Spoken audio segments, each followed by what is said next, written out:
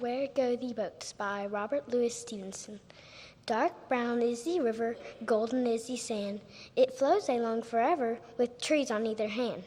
Green leaves are floating, castles of the foam. Boats of mine a-boating where we'll all come home. On goes the river and out past the mill. Away down the valley, away down the hill. Away down the river 100 miles or more. Other little children shall bring my boats ashore. Where Go the Boats by Robert Louis Stevenson.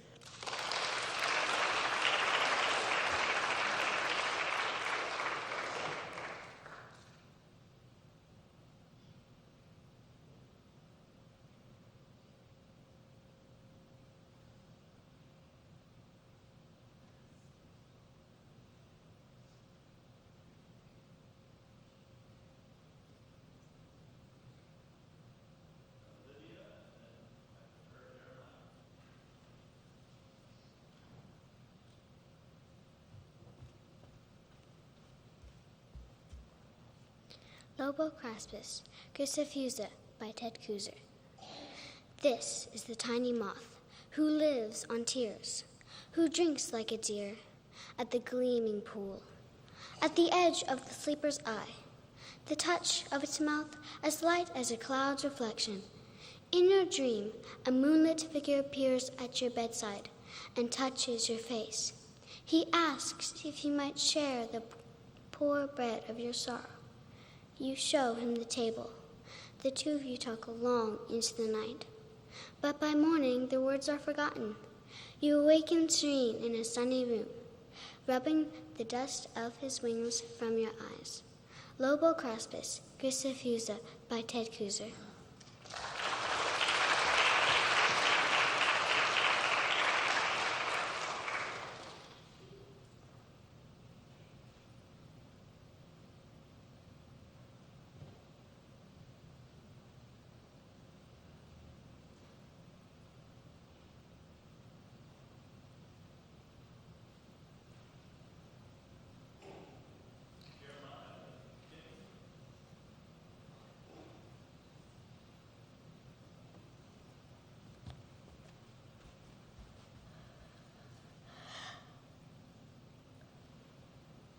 Psalm 82.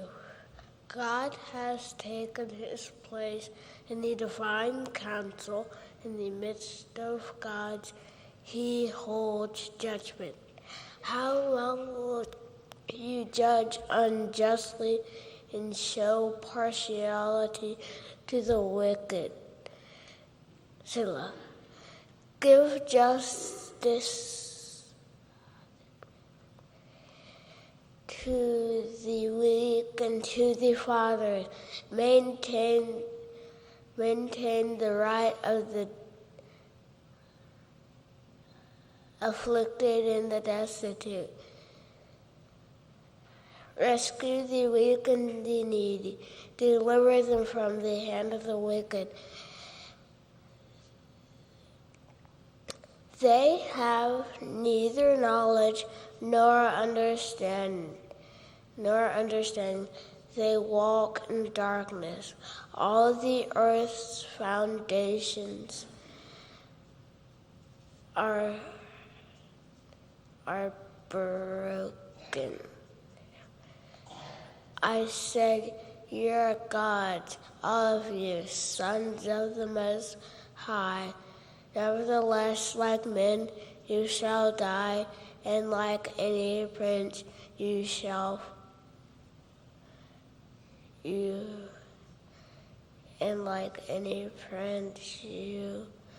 will fall. Arise, O God, judge the earth, for you shall inherit the nations.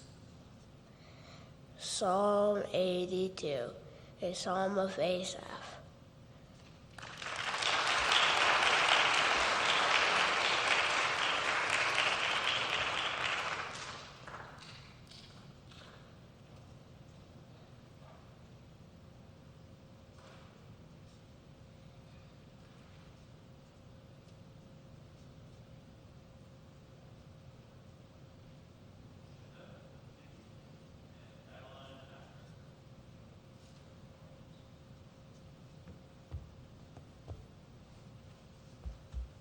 When Young Melissa Sweeps by Nancy Bird Turner.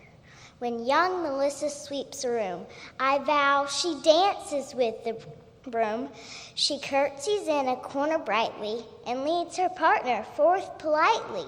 Then up and down and jigs and reels, with gold dust flying at their heels. They caper with a whirl or two. They make the wainscot shine like new. They waltz beside the hearth, and quick it brightens, shabby brick by brick. A gay gavotte across the floor, a Highland fling from door to door, and every crack and corner's clean, enough to suit a dainty queen. If ever you are full of gloom, just watch Melissa sweep a room. When Young Melissa Sweeps by Nancy Bird Turner.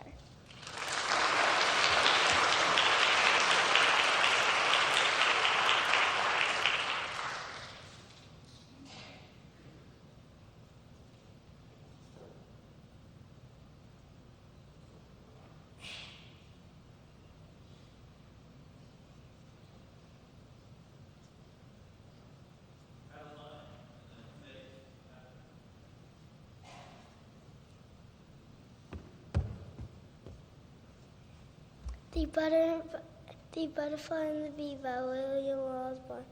Methought I heard a butterfly say to the laboring bee, Thou hast no colors of the sky on patent wings like me.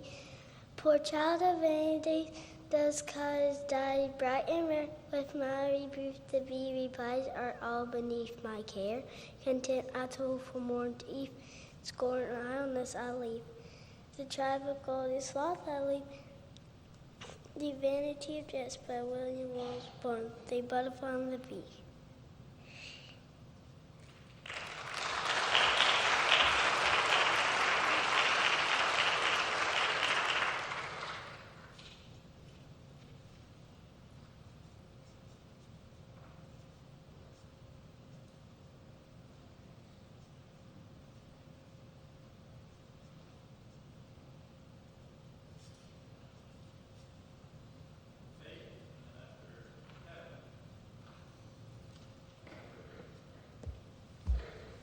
Bed in Summer by Robert Louis Stevenson.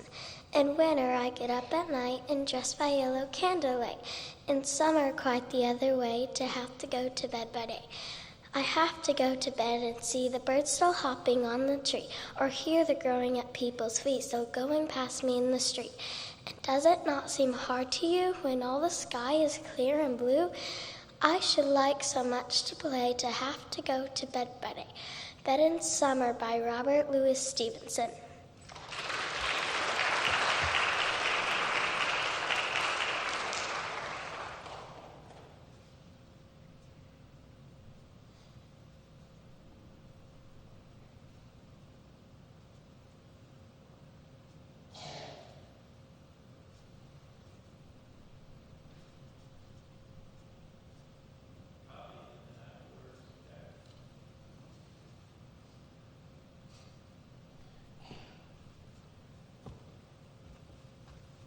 The Kite by Daphne Lister. Up in the air she kites fly, like other birds in the wind-wove sky. I wish I were small and light as air. I would climb on a kite and sail up there. Then I drift upon the paper winds and hear the songs that the wild winds sing. What fun it would be to look right down over the park and the rooftops of town. Then the people below would stand and stare, and they wish they were me high, high in the air. The Kites by Daphne Lister.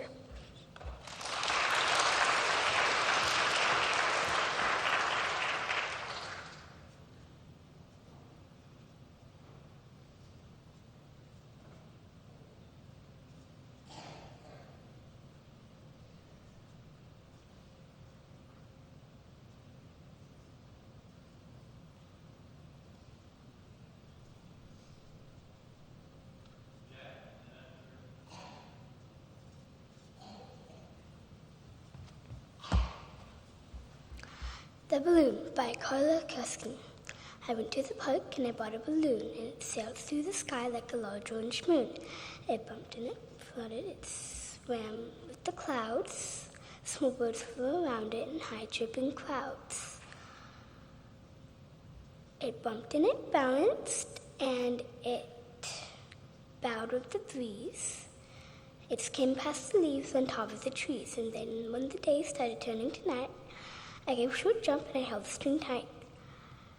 Home wheels soared through the darkening skies. The orange balloon, small birds and I, the balloon by Carla Cuskin.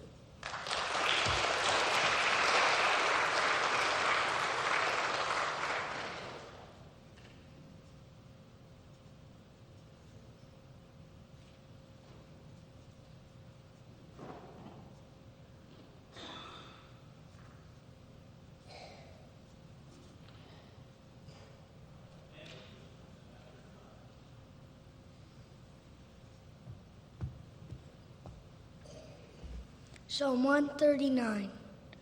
Where can I go from your spirit, or where can I flee from your presence? If I ascend to heaven, you are there. If I make my bed in hell, behold, you are there. If I take the wings of the morning and dwell in the uttermost parts of the sea, even there your hand shall lead me, and your right hand shall hold me. If I say, surely darkness shall fall on me, even the night shall be a light about me.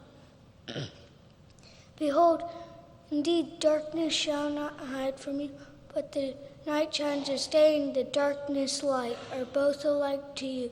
Psalm 139.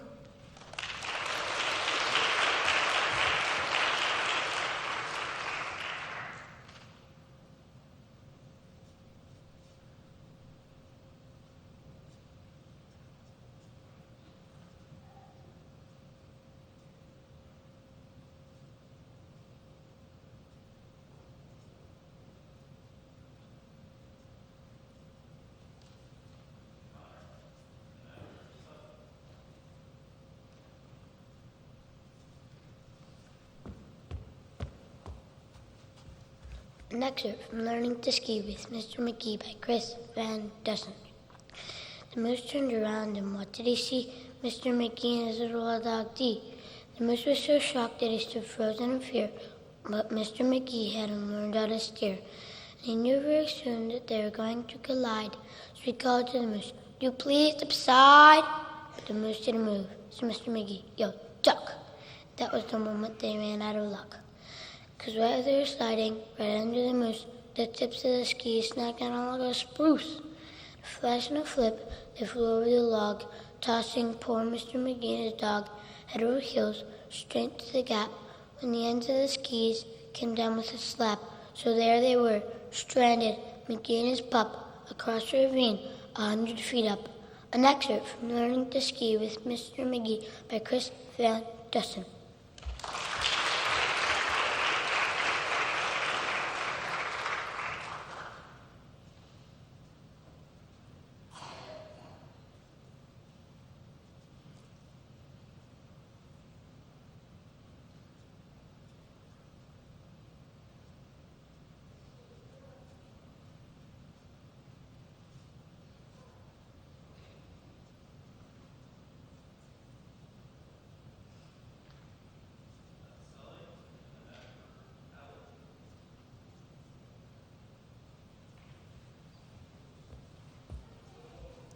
Trees by Alfred Joyce Kilmer.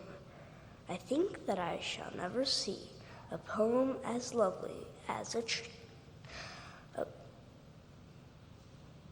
A tree whose hungry mouth is pressed against the earth's sweet flowing breast. A tree that looks at God all day and lifts her leafy arms to pray. A tree that may in summer wear a nest of robins in her hair. Upon whose bosom snow has lain, who intimately lives with rain. Poems are made by fools like me, but only God can make a tree. Trees by Alfred Joyce Kilmer.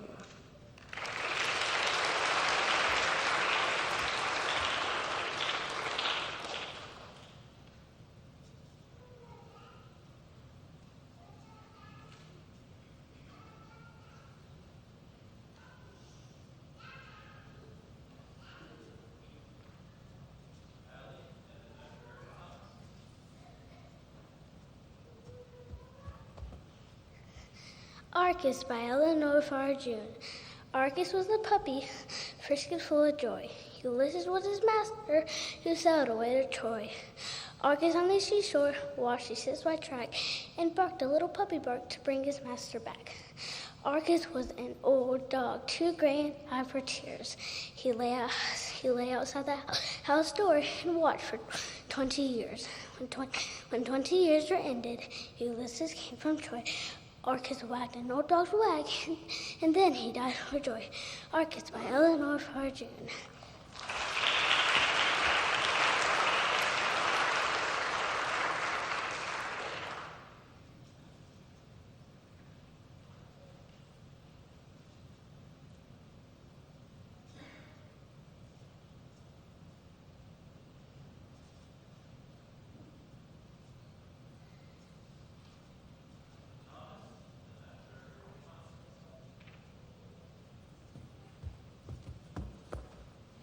Psalm 100. Make a joyful noise unto the Lord, all the earth. Serve the Lord with gladness. Come into his presence with singing. Know that the Lord, he is God. It is he who made us. We are his people and the sheep of his pastures. Give thanks to him. Bless his name. For the Lord is good. It is he who made us. We are his people and the sheep of his pastures. No. Enter his gate with thanksgiving and his courts with praise. No, give thanks to him. Bless his name. For the Lord is good. It is his steadfast love endures forever and faithfulness to all generations.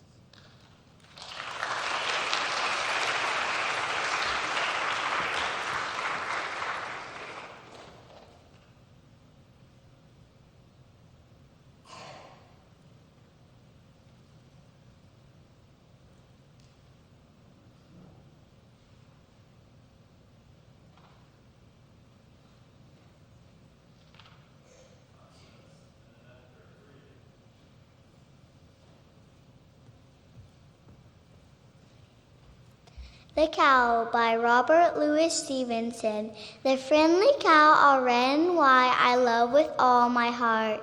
She gives me cream with all her might to eat with apple tart. She wanders low and here and there, and yet she cannot stray. All in the open, pleasant air, the pleasant light of day.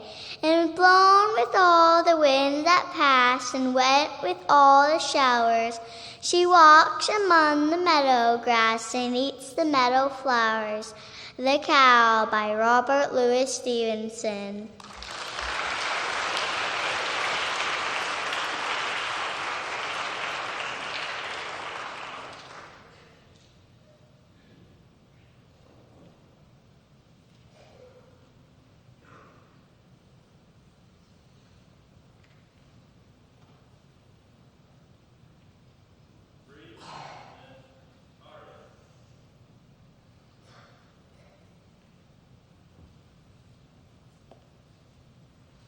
Now we are 6 by A. Mill. When I was 1, I had just begun. When I was 2, I was nearly new. When I was 3, I was hardly me. When I was 4, I was not much more. When I was 5, I was just alive. But now I am 6, I'm as clever. So I think I'll be 6 now, forever and ever. Now we are 6 by A. Mill.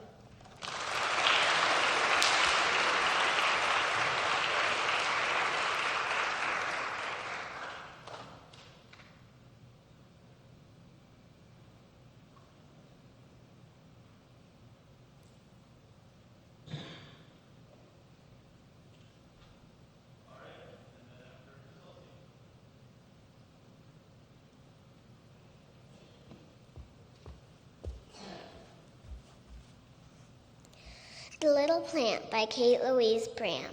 In a heart of seed, buried deep, so deep, a little plant laid fast asleep. Wake, said the sunshine, and creep to the light. Wake, said the voice of the raindrops bright. The little plant heard, and it rose to see what the wonderful outside world might be. The Little Plant by Kate Louise Brown.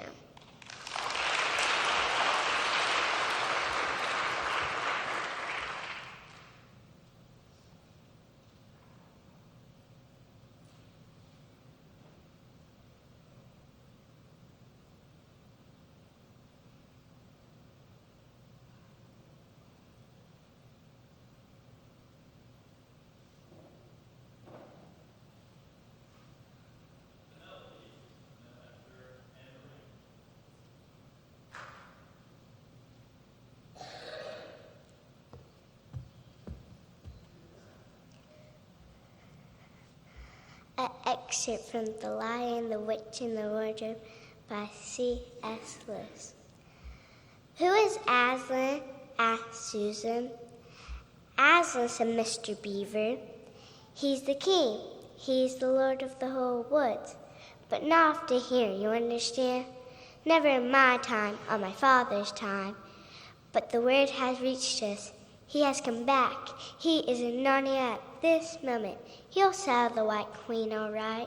Is he not you who will save Mr. Tumnus? He won't turn him into stone too, said Emma. Lord love you, son of Lamb. What a simple thing to say, answered Mr. Beaver. An excerpt from The Lion, the Witch, and the Wardrobe by C.S. Lewis.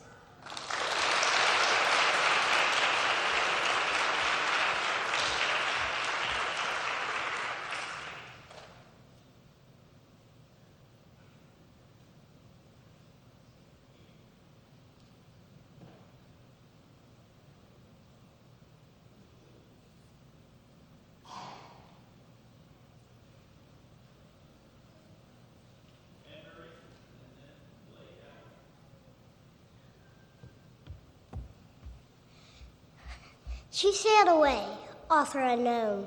She sailed away one bright summer day on the back of a crocodile. You see, said she, he's as tame as he can be. I'll ride him down the Nile. The croc winked his eye while she was waving them all goodbye. Riding him down the Nile. At the end of the ride, the lady was inside. The smile was on the crocodile. She sailed away, author unknown.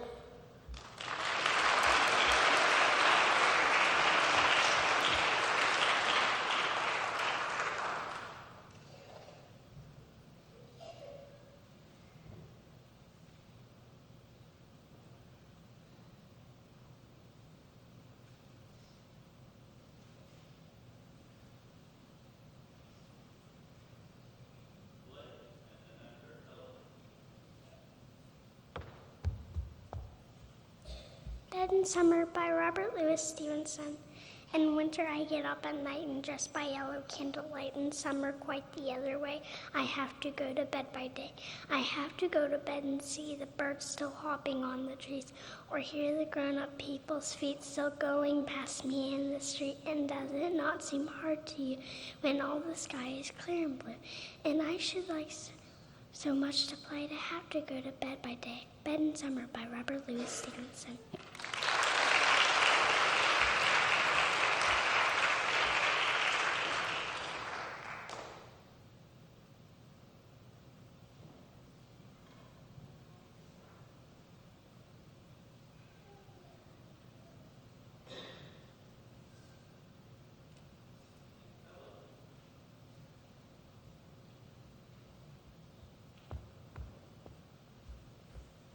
Spring Plays by Ralph Waldo Emerson. For flowers that bloom about our feet, for kindle grass so fresh and sweet, for song of bird and hum of bee, for every king fair we hear or see.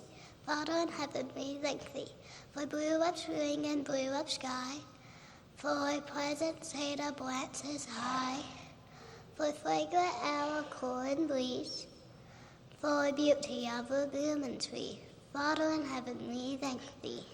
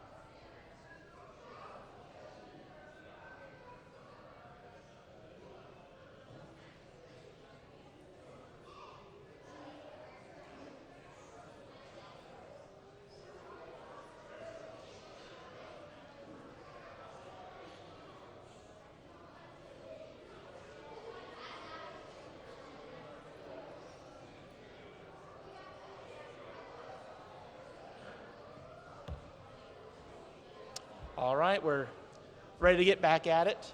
A few reminders. If you need to use the restroom or get water, please wait between speeches to scoot out and come back in and not interrupt the speeches. Older students, please make sure you're listening and not talking to one another or goofing around. And I guess we're ready to go. Let's stand again and let's ask the Lord to bless his students. Father, we're grateful again for your kindness to us this morning. Be with these students now as they present, that you would give them calm nerves and a good memory for that which they've studied. For Christ's sake, amen.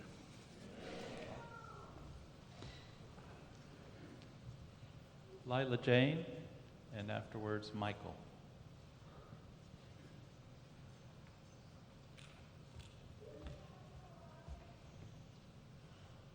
My Shadow by Robert Louis Stevenson. I have a little shadow who goes in and out with me, and what can be the use of him is more than I can see. He's very, very like me from my heels up to my head, and I can see him jump before me as I jump into my bed. The funniest thing about him is the way he likes to grow, not at all like proper children, which is always very slow.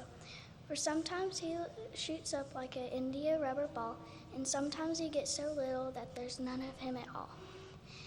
He hasn't got the notion of how children ought to play, and he can only make a fool of me in every sort of way. He stays so close beside me, he's a coward, you can see. I'd think shame to stick to Nursey as that shadow sticks to me.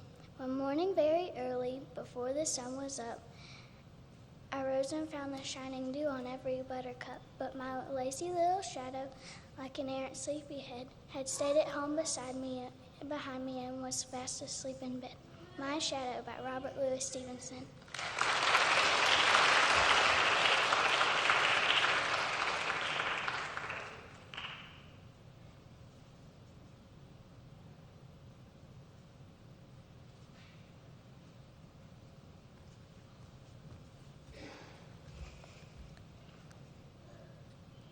Mila will be next.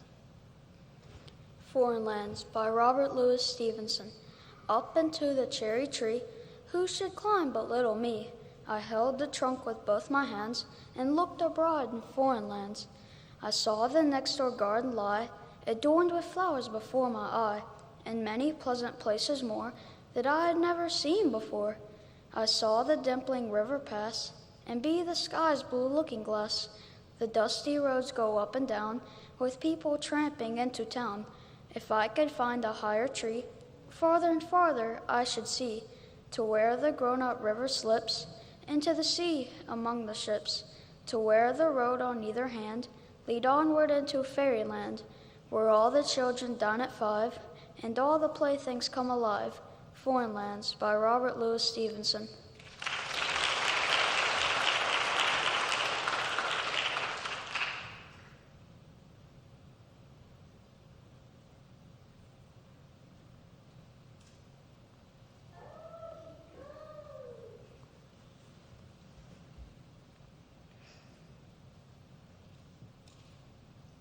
After Mila, Janie. Maple by Laurie Nichols. Maple loved her name. When she was still a whisper, her parents planted a tiny tree in her honor. Even though Olivia, Millie Jane, Lena, Lily, and Constance were all good names, Maple was the perfect fit. And as Maple grew, so did her tree. One day, Maple noticed her tree was bare, so she decided to take off her jacket and give it to the tree to stay warm. Sometimes Maple wished she had another friend to play with. The tree wasn't very good at throwing snowballs. She wondered if her tree felt the same way. So she introduced her tree to a friend. That friend didn't last. But Maple and her tree still had each other. Through winter and spring, then something surprising happened. Then something really surprising happened. Maple became a big sister. Maple tried to be a good big sister. When the baby was cold, she would give her hat and gloves. When the baby was lonely, she would share her special friends. But Maple couldn't always make the baby happy. And when the baby was noisy, which was a lot, Maple would take her outside to play. Then something magical happened. Maple's tree danced for them both, and there was just enough room under her tree for her little sister, Willow. Maple by Laurie Nichols.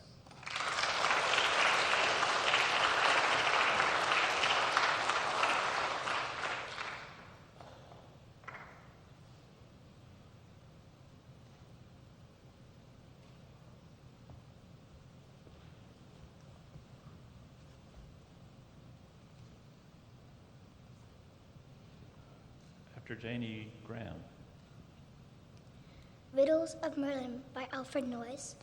As I was walking alone by the sea, what is that whisper? Merlin said to me. Only, I answered, the sigh of the wave. Oh no, replied Merlin, 'tis the grass on your grave. As I lay dreaming in churchyard ground, listen, said Merlin, what is that sound? The green grass is growing, I answered. But he chuckled, oh no, 'tis the sound of the sea. As I walk homeward at dusk by the shore, what is that crimson? Merlin said once more. Only the sun, I answered, sinking to rest. Sunset for east, sunrise for west. Riddles of Merlin by Alfred Noyes.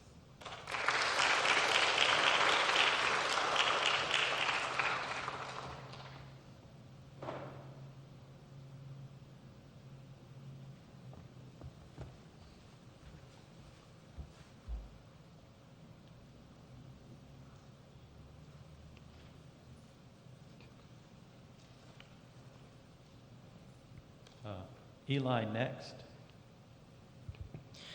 The Road Not Taken by Robert Frost.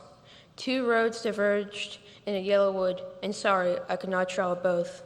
And be one traveler, long I stood, and looked down one as far as I could, to where it bent in the undergrowth, then took the other, just as fair, and having perhaps a better claim, because it was grassy and wanted wear. But as for that, the passing there had really warned them about the same. And both that morning equally lay, and leaves no step had trodden black. Oh, I kept the other for another day. But knowing how way leads on to way, I doubt that I should ever come back. I shall be telling this with a sigh. Somewhere ages and ages hence, two roads diverged in a wood, and I took the one less traveled by, and that has made all the difference. The Road Not Taken by Robert Frost.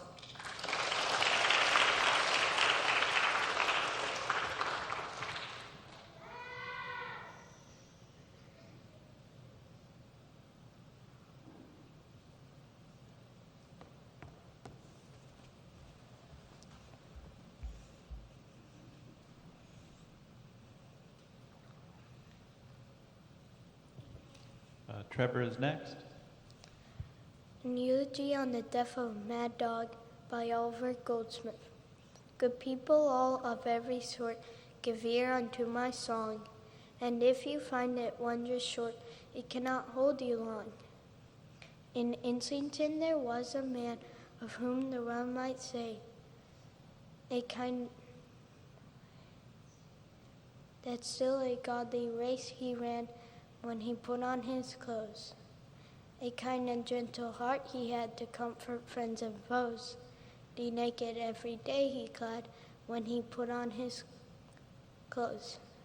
And in that town a dog was found, as many dogs there be, both mongrel, puppy, whelp, and hound, and curs a low degree. At first this dog and man were friends, but when a pig began, the dog to gain some private ends, went mad and bit the man. Around from all the neighboring streets, the wondering neighbors ran. While they swore the dog was mad, they swore the man would die. They swore the dog had lost its wits to fight so good a man. While they swore the dog was mad, they swore the man would die. But soon a wonder came to light that showed the rogues they lied. The man recovered of the bite, and the dog it was that died. An Eulogy on the Death of a Mad Dog by Oliver Goldsmith.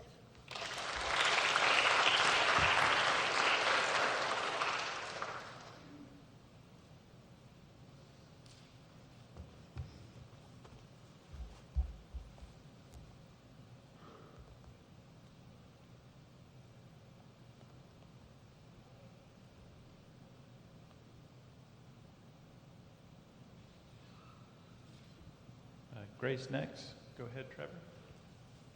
Psalm 42. As a deer pants for flowing streams, so pants my soul for you, O God. My soul thirsts for God, for the living God. When shall I come and appear before God? My tears have been my food day and night, while they teach me all the day long, where is your God? These things I remember as I pour out my soul, how I would go with the throng and lead them in procession to the house of God, with glad shouts and songs of praise, a multitude keeping festival. Why are you cast down, O my soul? And why are you in turmoil within me? Hope in God, for I shall again praise him, my salvation and my God. My soul is cast down within me, therefore I remember you from the land of Jordan and of Hermon, from Mount Mizar. Deep calls to deep at the roar of your waterfalls, as all your breakers and your waves have gone over me. By day the Lord commands his steadfast love, and at night his song is with me, a prayer to the God of my life. I say to God, my rock, why have you forgotten me? And why do I go mourning because of the oppression of the enemy? As with a deadly wound in my bones, my adversaries taunt me, while they say to me all the day long, where is your God? Why are you cast down, O my soul? And why are you in turmoil within me? Hope in God, for I shall again praise him, my salvation and my God. Psalm 42.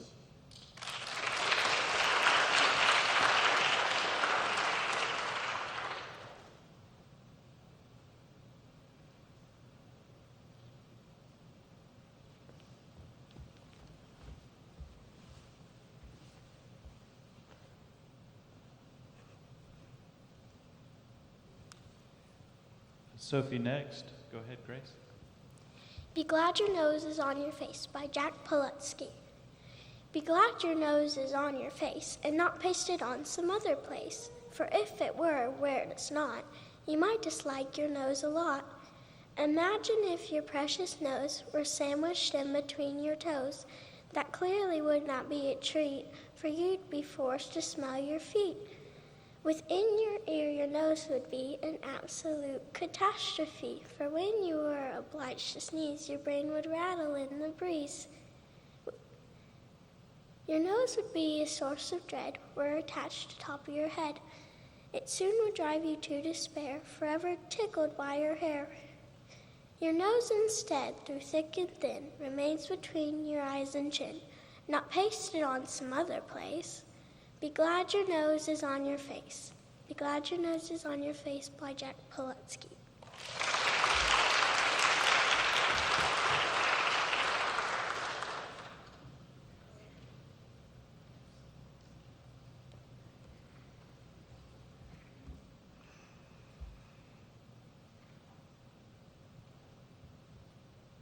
Vikram after Sophie. A Serious Question by Carolyn Wells. A kitten went a-walking one morning in July, and ideally fell a-talking with a great big butterfly. The kitten's tone was airy, and the butterfly would scoff, and then came along a fairy who whisked his wings right off. And for it is written, fairies can do such things. Upon the startled kitten she stuck the yellow wings. The kitten felt a quiver, she rose into the air, she flew over to the river to view her image there. With fear her heart was smitten, and she began to cry, am I a butter kitten, or just a kitten fly? A Serious Question by Carolyn Wells.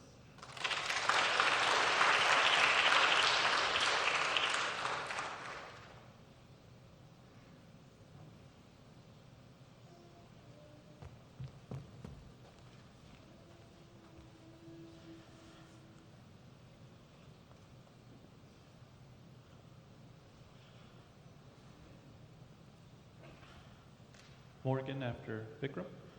Something's there by Barbara Vance, or something down beneath my bed. What is? I'm not quite sure, but it's only just right there. I didn't notice it before. My mother says nothing, and my father shakes his head. I guess they don't believe in the thing beneath my bed. I am sure that is waiting till I turn out the last light and sit on my pillows for a very long dark night.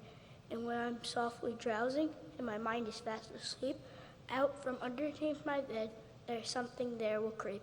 In the morning, they'll be sorry when they find my bunk empty. they'll never should have listened. I was speaking truthfully. And they'll forever mourn the day that they simply didn't care. They'll always look under their bed for something might be there.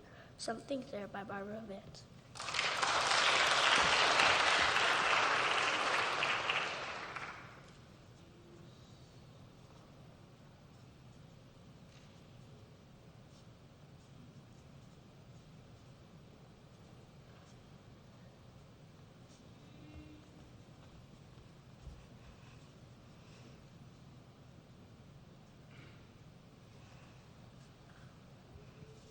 Claire is next. Go ahead, Morgan.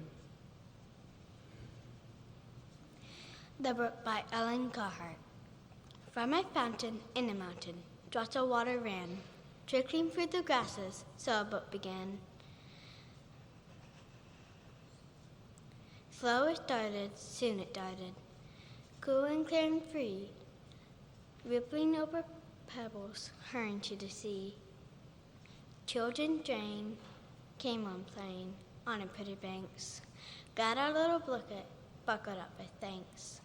Blossom floating, mimic boating, fishing darting past. Flipping strong and happy, winding very fast. Bubbling, singing, rushing, ringing. With a shading sun. Soon our pretty booklet to the sea had run. The Book by Ellen Carhart.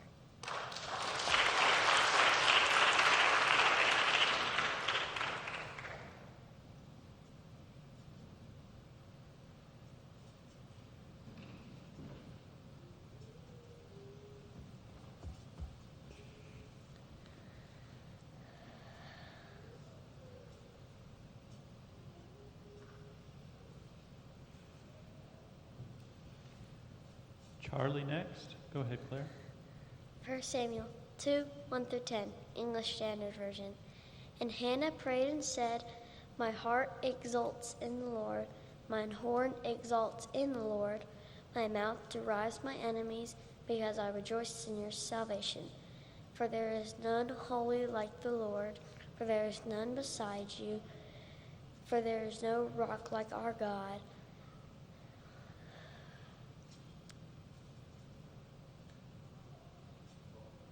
Talk no more very proudly. Do not let arrogance come from your mouth. For the Lord is the God of knowledge, and by him actions are weighed. The bow of the mighty is broken, the feeble blind on strength, and those who are full have hired themselves out for bread, and those who are hungry have ceased their hunger. The Lord kills and brings to life. He brought down Sheol and rises up.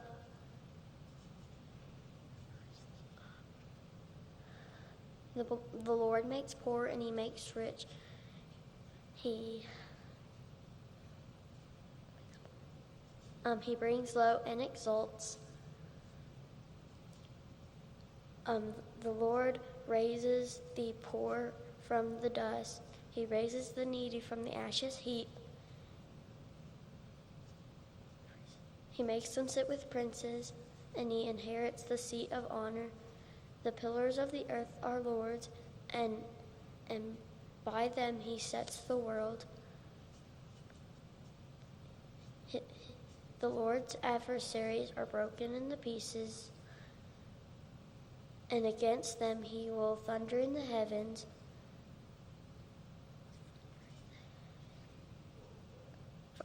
The Lord will judge the ends of the earth, and he will give strength to his kings, and he will exalt the horn of his anointed.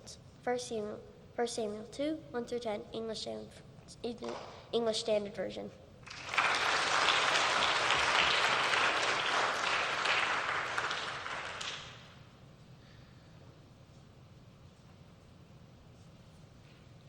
Charlie and Judah will be next. If, by Rudyard Kipling. If you can keep your head when all about you are losing theirs and blaming it on you, if you can trust yourself when all men doubt you, but make allowance for that outing too. If you can wait and not get tired by waiting, or being lied about, don't deal in lies.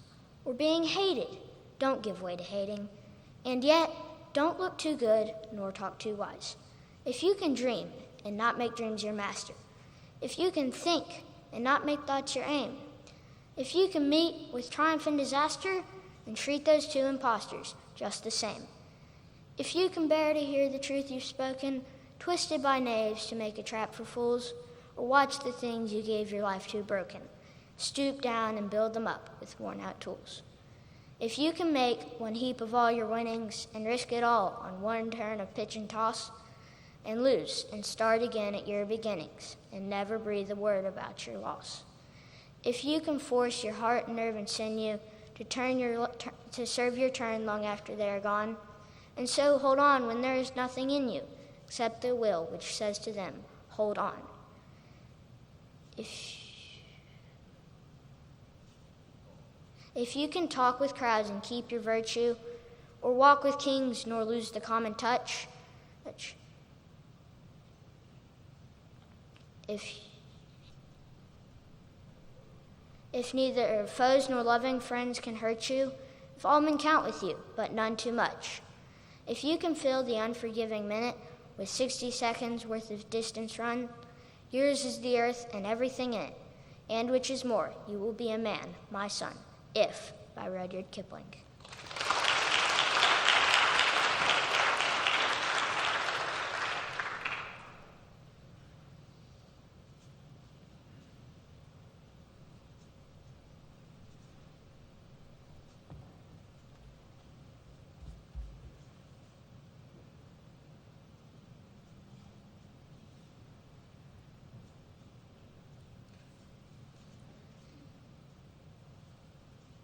Jonathan after Judah.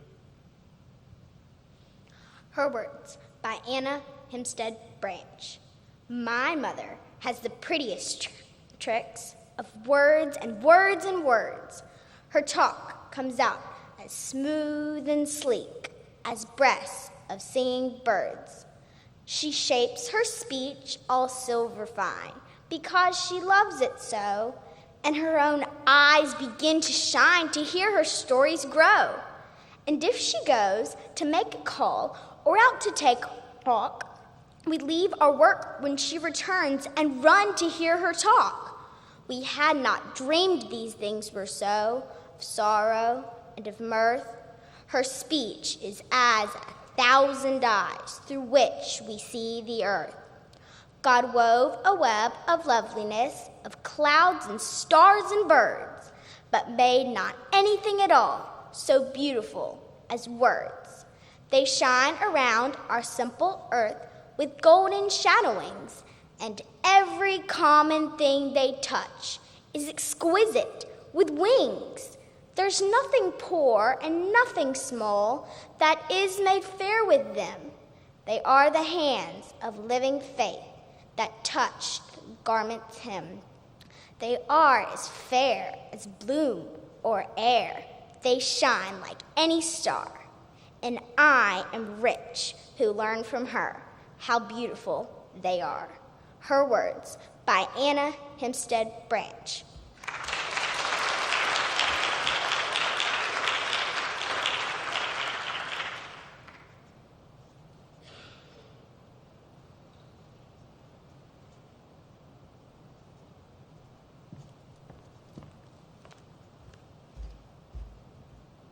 Jonathan, and then Bo after. Water Striders by Paul Fleischman.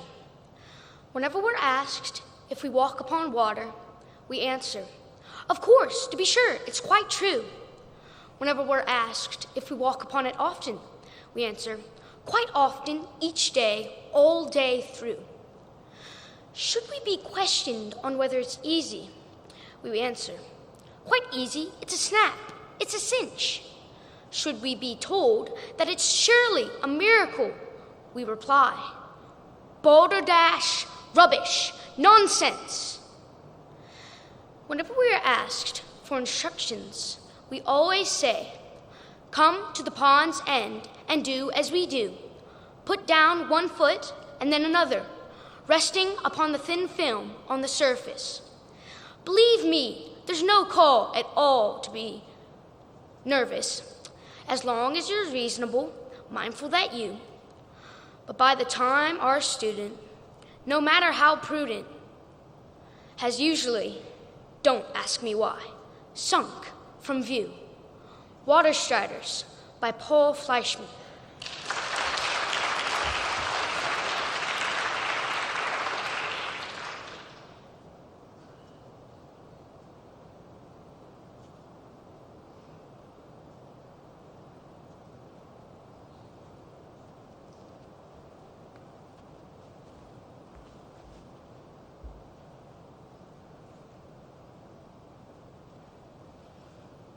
O after is Hunter. Isaiah 40, 1 through 11. Comfort, yes, comfort my people, says your God. Speak comfort to Jerusalem, cry it to her, that her warfare is ended, that her iniquity is pardoned. For she has received from the Lord's hand double for all her sins. The voice of one crying in the wilderness, prepare the way, make straight in the desert a highway for our God. Every valley shall be exalted, and every mountain hill brought low, the crooked place made straight, and the rough place made smooth. The glory of the Lord shall be revealed, and all flesh shall see it together.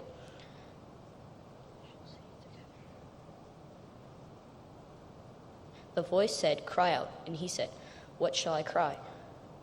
All people are grass, and all its loveliness is like the flower in the field. The grass withers and the flower fades,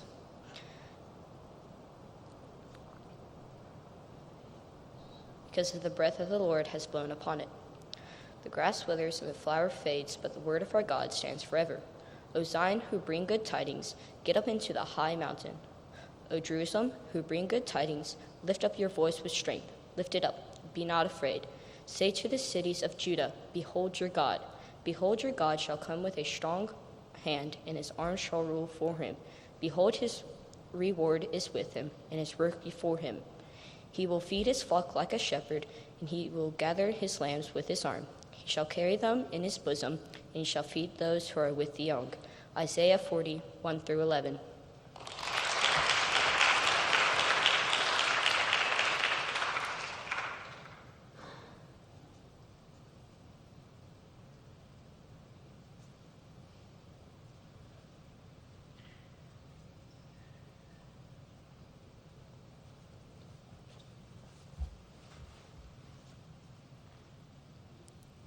After Hunter is Evie.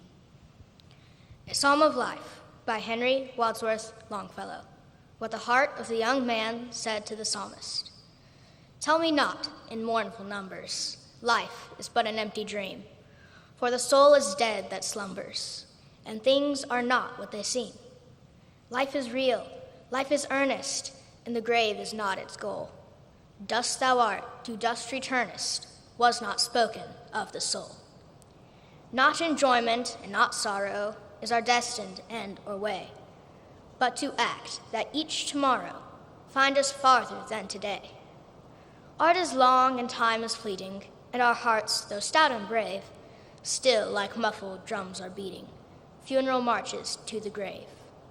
In the world's broad field of battle, in the bivouac of life, be not like dumb driven cattle, be a hero in the strife. Trust no future, howe'er pleasant, let the dead past bury its dead. Act in the living present, heart within and God o'erhead. Lives of great men all remind us we can make our lives sublime. And, departing, leave behind us footprints on the sands of time. Footprints that perhaps another, sailing o'er life's solemn main, a forlorn and shipwrecked brother, seeing shall take heart again. Let us then be up and doing, with a heart for any fate, still achieving, still pursuing, learn to labor and to wait. A Psalm of Life by Henry Wadsworth Longfellow.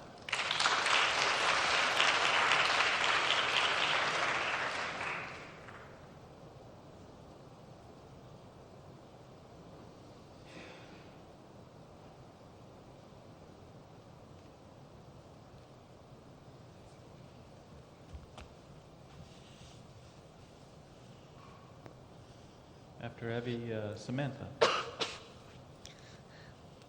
Dreamland by Christina Rossetti. Where sunless rivers weep their waves into the deep, she sleeps a charmed sleep, awake her not. Led by a single star, she came from very far to seek where shadows are her pleasant lot. She left the rosy morn, she left the fields of corn, for twilight cold and lorn and water springs. Through sleep as through a veil, she sees the sky look pale, and hears the nightingale that sadly sings.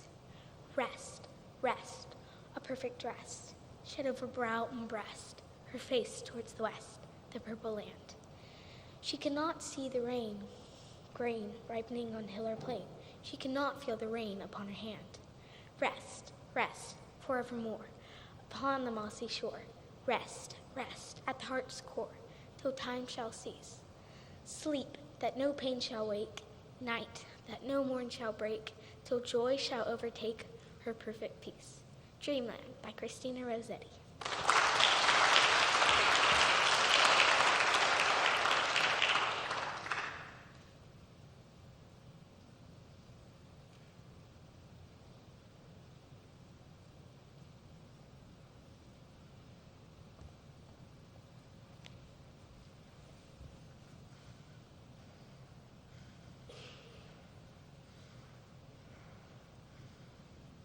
Matthew after Samantha.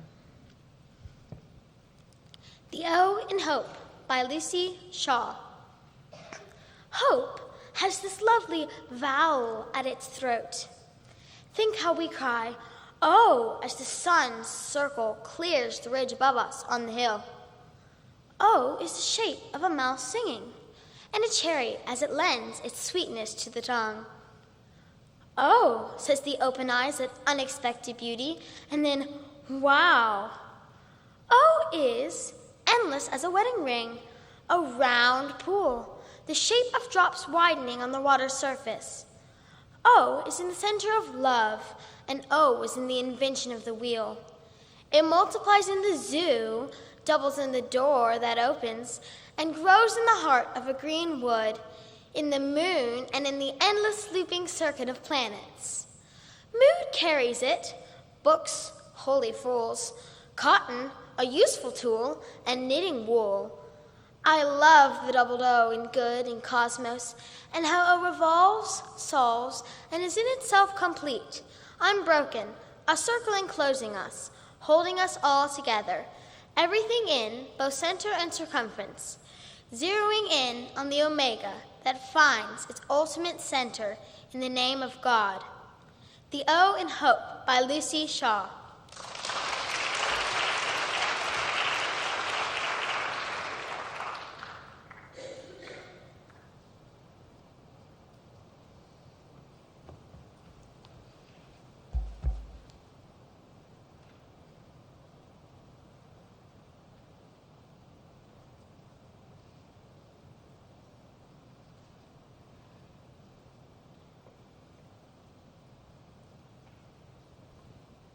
Sarah after Matthew.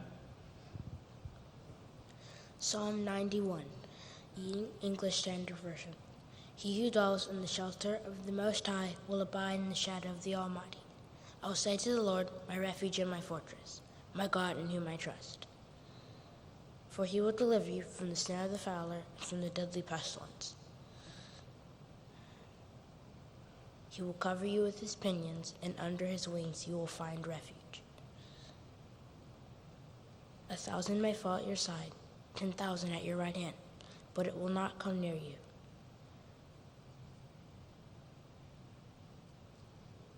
You will only look with your eyes and see the recompense of the wicked. Because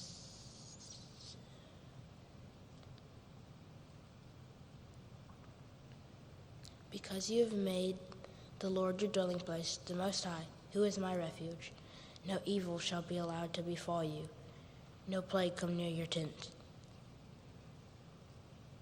He will command his angels concerning you to guard you in all your ways, lest you, on their hands they'll bear you up, lest you strike your foot against a stone. You will tread on the lion and the adder, the young lion and the serpent you will trample underfoot. Because he holds fast to me in love, I will deliver him. I will protect him because he knows my name.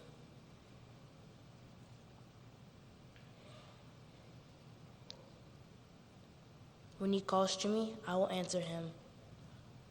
I will be with him in trouble. I will rescue him and honor him, and with long life I will satisfy him and show him my salvation. Psalm 91, English Standard Version.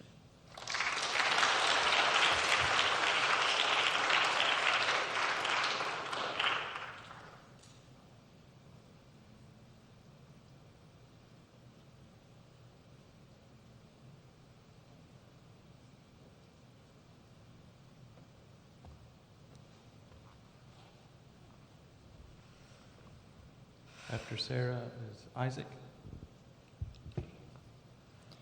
An excerpt from On the Edge of the Dark Sea of Darkness by Andrew Peterson. From where they sat, they could see the mighty Fingat Falls far to the north, roaring over the cliffs and pounding into the sea. To the south, the cliffs marched away into the distance, where they eventually curled backward and sloped downward to embrace Shard Harbor, home to Fort Lamondron, the largest fang outpost in all of Scree. It was there the black carriage bore the children taken in the night. Jenner shuddered and tried not to think about Fort Lamondron or the carriage. It wasn't hard because the dragon song was rising in pitch and volume. Hidden in their cleft of rock, Jenner forgot about the fangs.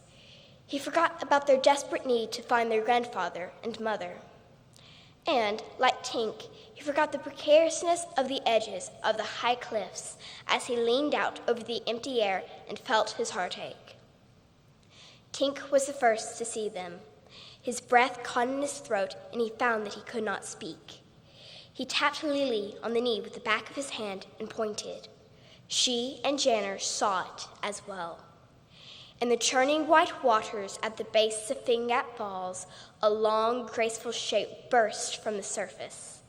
Its skin caught and magnified the light of the moon. The sea dragon was easily twice the height of the tallest tree in Glipwood Forest. Its reddish body glimmered like a living fire. The head was crowned with 2 curved horns, and its fins spread out behind it like wings. Indeed, it looked as if it might actually fly, but the dragon wheeled in the air and crashed back into the sea with what must have been a sound like thunder, but was inaudible over the constant roar of the waterfall. At that moment, the dragon song rose on a bright wind and filled the people gathered on the cliffs with 1,000 feelings, some peaceful, some exhilarating, all more alive than usual. An excerpt from On the Edge of the Dark Sea of Darkness by Andrew Peterson.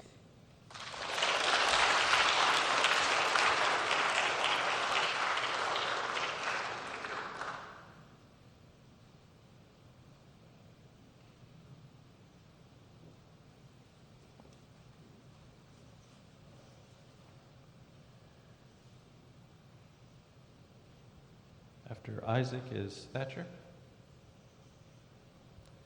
Little Billy by William Makepeace Thackeray. There were 3 sailors of Bristol City who took a boat and went to sea. But first, with beef and captain's biscuits and pickled pork, they loaded she. There was Gorging Jack and Guzzling Jimmy, and the youngest, he was Little Billy.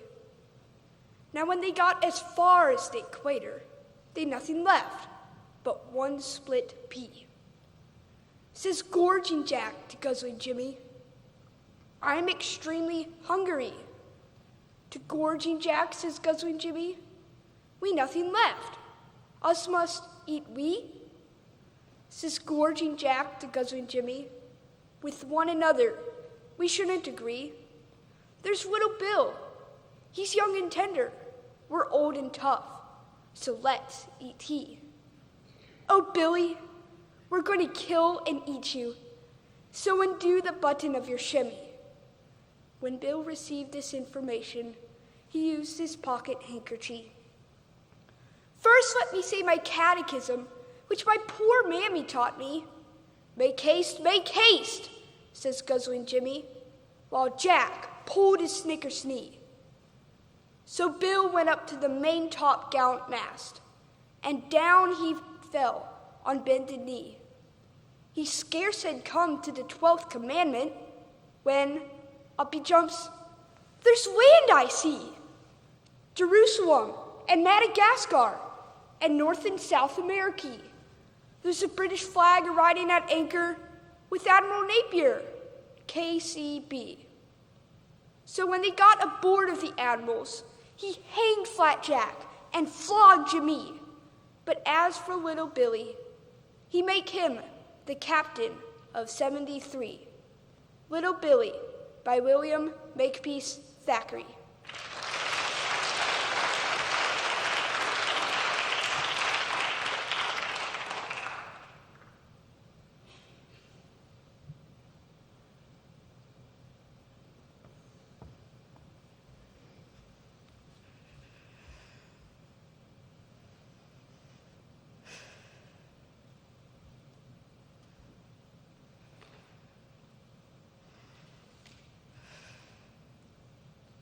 Sylvie after Thatcher.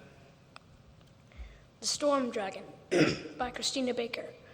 The storm dragon is stirring, roused from cloud-wrapped dreams.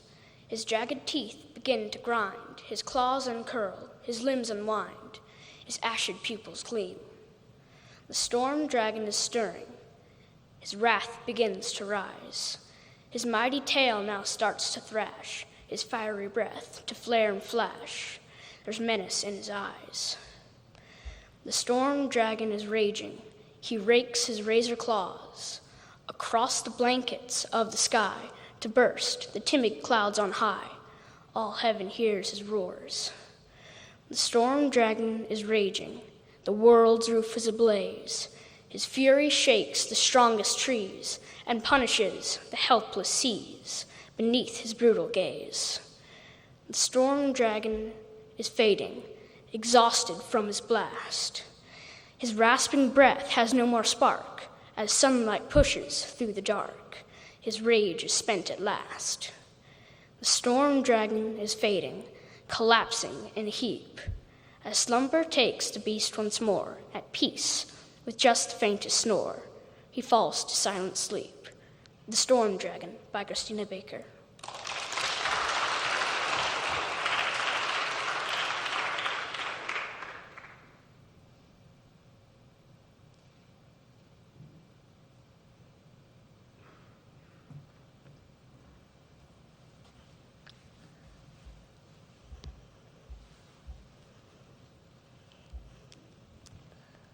After Sylvie is Molly.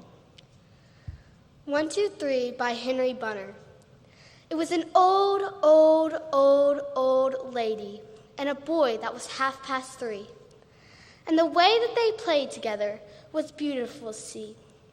She could not go running or jumping, and the boy no more could he. For he was a thin little fellow with a thin little twisted knee. They sat in the yellow sunlight out under the maple tree, and the game that they played, I'll tell you, just as it was told to me. It was hide-and-go-seek they were playing, though you've never known it to be, with an old lady and a boy with a twisted knee.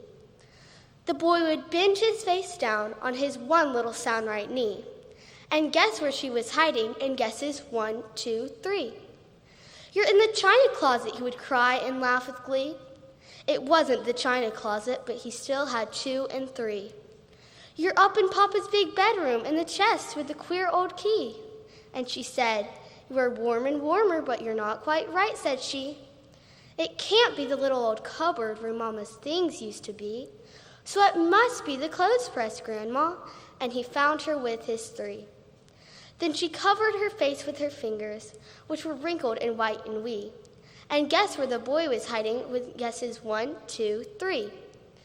and they never stirred from their places, right under the maple tree. This old, old, old, old lady and a boy with the lame little knee.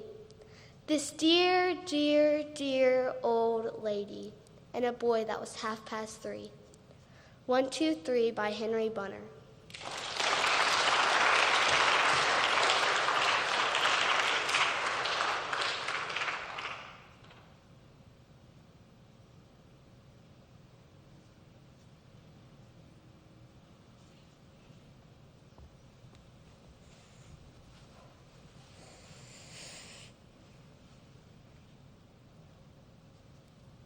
After Molly is Hattie. An excerpt from Anne of Green Gables by L.M. Montgomery. "Oh, Mrs. Lynde, I am so extremely sorry," she said with a quiver in her voice. "I could never express all my sorrow. No, not if I used up a whole dictionary. You must just imagine it. I have behaved terribly to you, and have disgraced my dear friends Matthew and Marilla, who have let me stay at Green Gables, although I am not a boy. I am a dreadfully wicked, ungrateful girl, and I deserve to be punished and cast out by respectable people forever. It was very wicked of me to fly into a temper because you told me the truth. It was the truth. Every word you said was true. My hair is red, I am freckled and skinny and ugly. What I said to you was true too, but I shouldn't have said it. Oh, Mrs. Lynde, please, please forgive me. If you refuse, it will be a lifelong sorrow on a poor little orphan girl. Would you, even if she had a dreadful temper? Oh, I am sure you wouldn't. Please say you forgive me, Mrs. Lynde." Anne clasped her hands, bowed her head, and waited for the word of judgment. There was no mistaking her sincerity. It breathed in every tone of her voice. Both Marilla and Mrs. Lynde recognized the unmistakable ring, but the former understood in dismay that Anne was actually enjoying her valley of humiliation, was reveling in the thoroughness of her abasement. Where was the wholesome punishment upon which she, Marilla, had plumed herself? Anne had turned it into a species of positive pleasure. Good Mrs. Lynde, not being overburdened with perception, did not see this. She only perceived that Anne had made a very thorough apology, and all resentment vanished from her kindly, if somewhat officious heart. There, get up, child," she said heartily. "Of course I forgive you. I guess I was a little too hard on you anyway." An excerpt from Anne of Green Gables by L.M. Montgomery.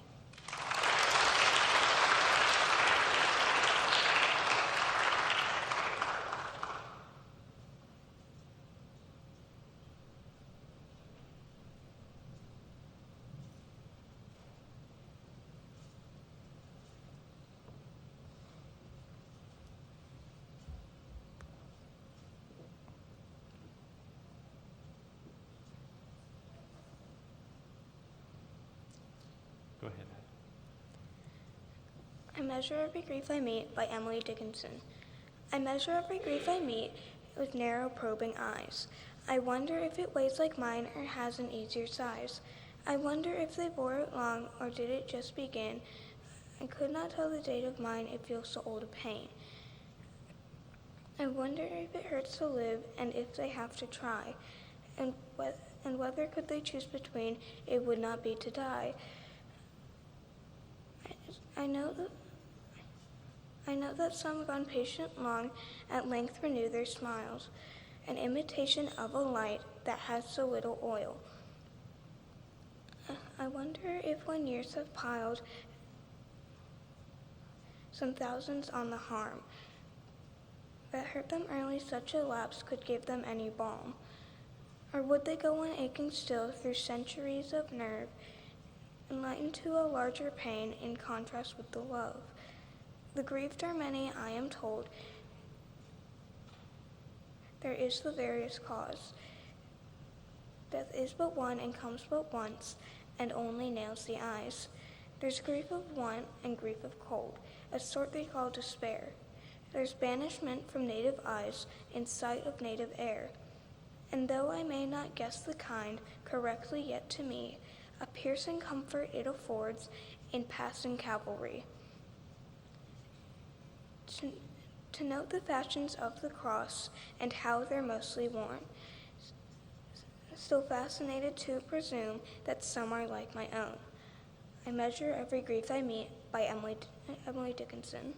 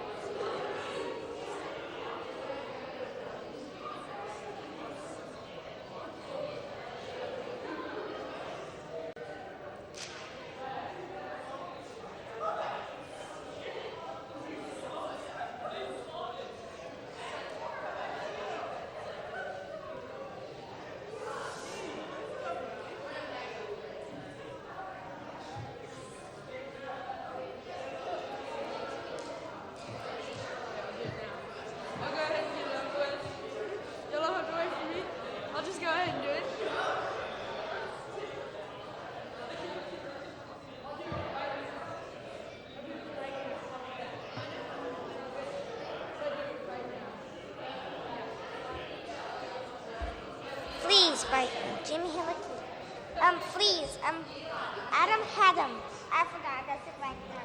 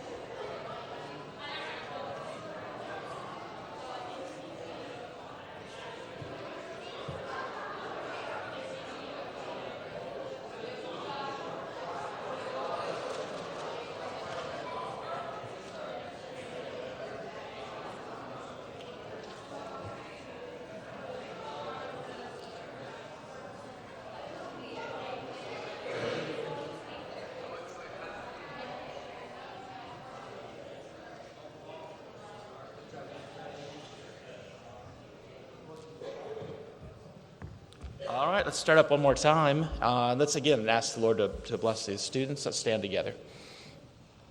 Father, we're grateful again that you've brought us here together, and for the students' hard work, and parents and teachers. We pray that you'd be with the students now, give them calm and remembrance of their work. For Christ's sake, amen. All right, we'll do 7th, 8th, and 9th grade. Take another, maybe a 10-minute stand break, bathroom break, and then come back and do the 10th, 11th, 12th grade. All right, who do we have first? Maddie Cross, followed by Caleb.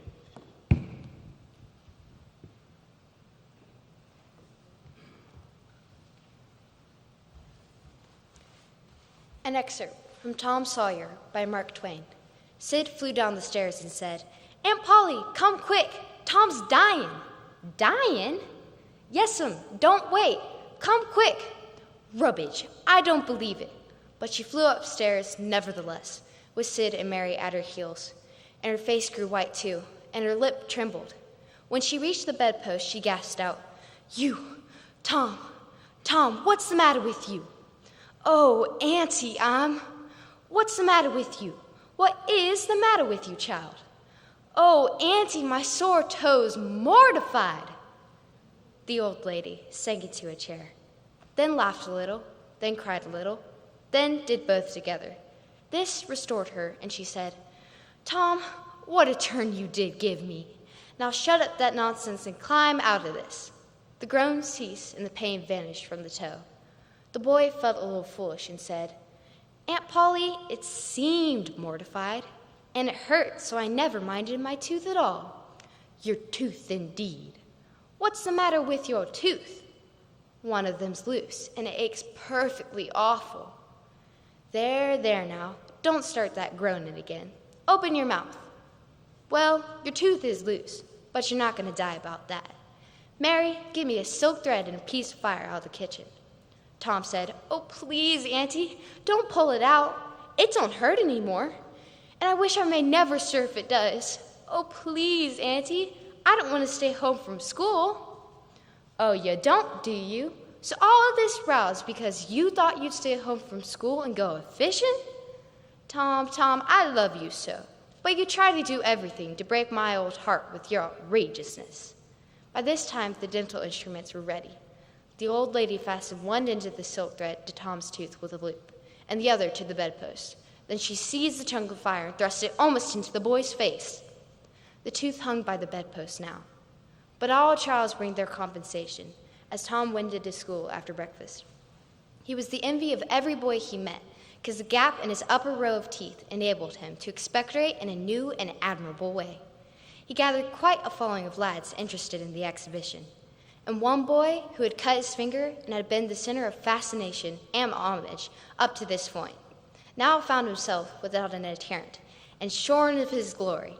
And he said with a disdain, which he did not feel, that it wasn't anything to spit like Tom Sawyer.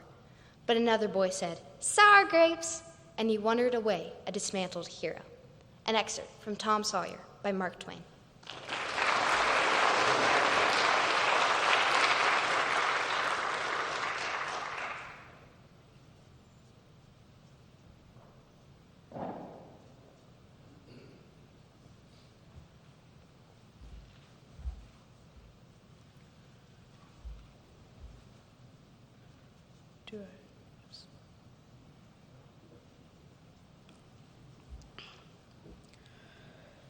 The Beatitudes, Matthew chapter 5.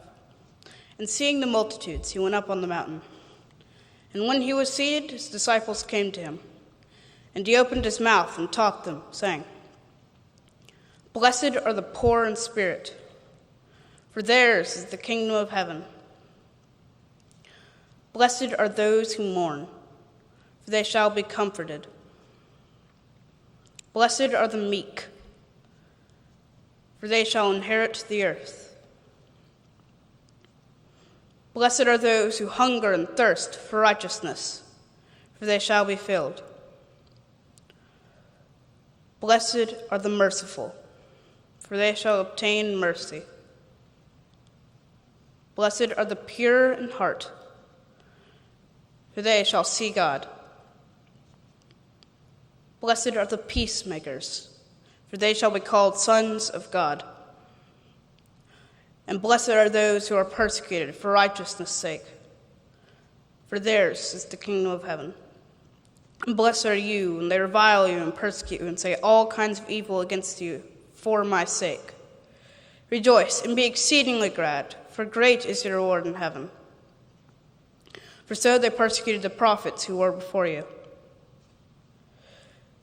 You are the salt of the earth, but if salt loses its flavor, how shall it be seasoned? It is good for nothing but to be thrown out and trampled underfoot by men. You are the light of the world. A city set on a hill cannot be hidden, nor do people light a lamp and set it under a basket, but on a lampstand, so it may give light to all who are in the house.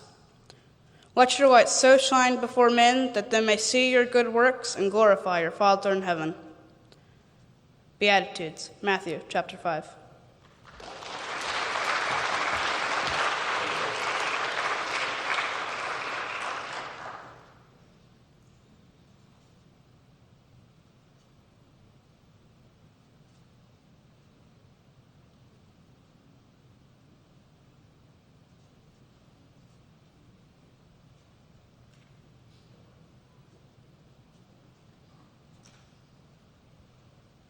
Adam, and after Adam, Carson.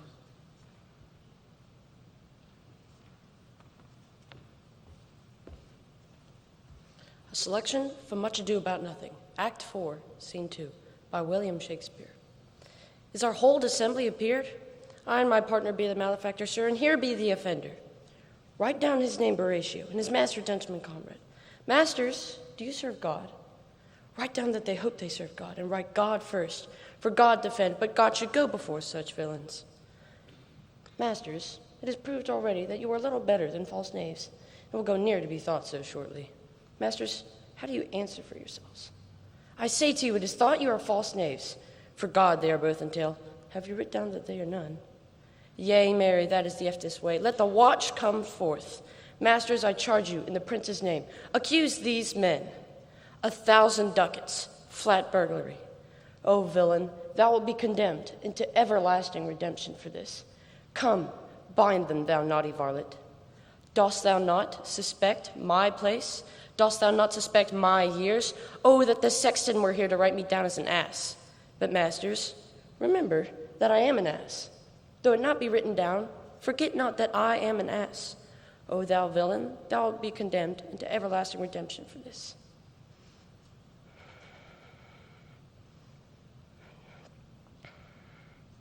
Thou wilt be condemned into everlasting redemption for this.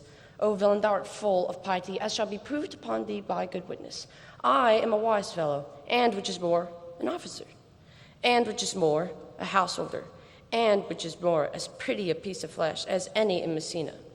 And one that knows the law, go to, and a rich fellow enough, go to, and a fellow that hath had losses, and a fellow that hath had 2 gowns, and everything handsome about him. Bring him away. Oh, that I had been writ down an ass. A selection from Much Ado About Nothing, Act 4, Scene 2, by William Shakespeare.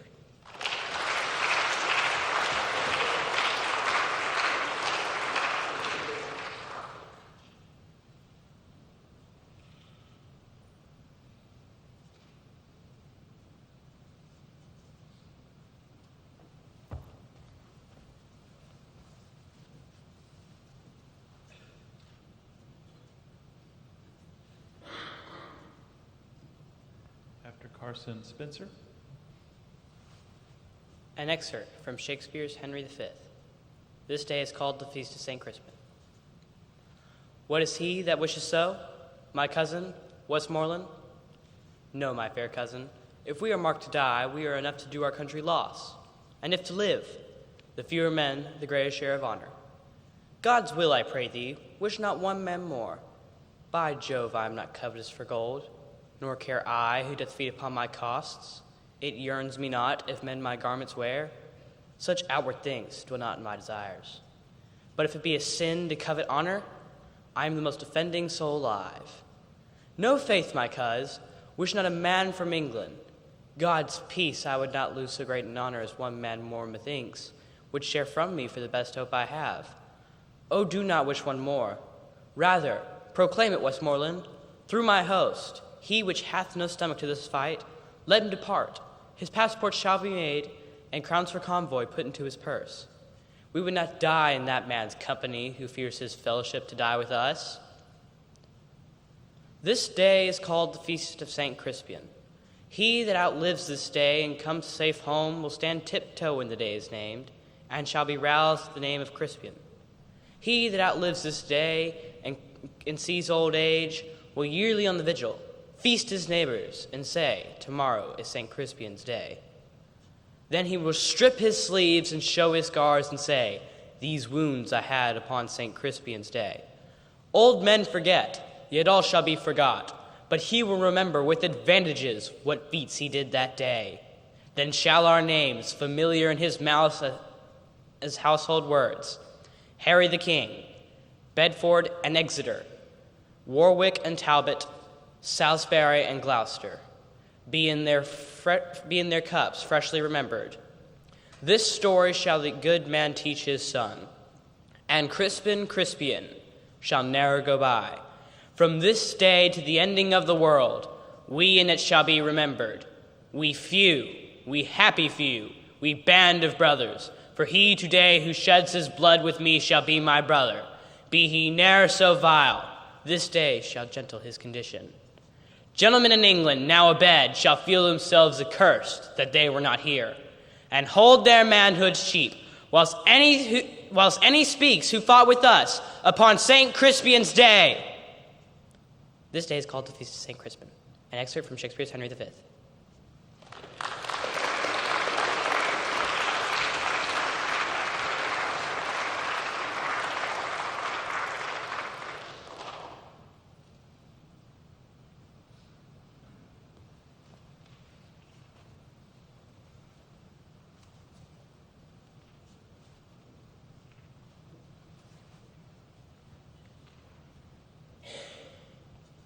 After Spencer, Ian.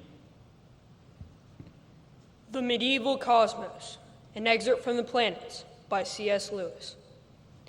Lady Luna in Light Canoe by Friths in Shallows of Fretted Cloudland, cruises monthly with chrism of dew and drench of dream, a drizzling glamour, enchants us, the cheap, changing sometimes, a mind to madness, melancholy pale, bleach with gazing on her blank countenance, orbed and ageless, in earth's bosom, the shower of her rays, sharp feathered light, reaching downward, ripened silver, forming and fashioning female brightness, metal maiden-like, her moist circle is nearest earth.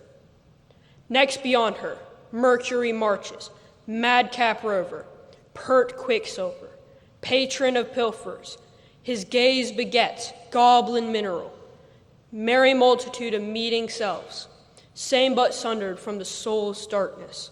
With wreathed wand, words he marshals, guides and gathers them, gay bellwether of flocking fancies. His flint has struck the spark of speech from spirits tender. Lord of language, he leads forever, that spangle and splendor sport that mingles, words in wedlock, and in wedding also of things with thought. The Medieval Cosmos, an excerpt from The Planets by C.S. Lewis.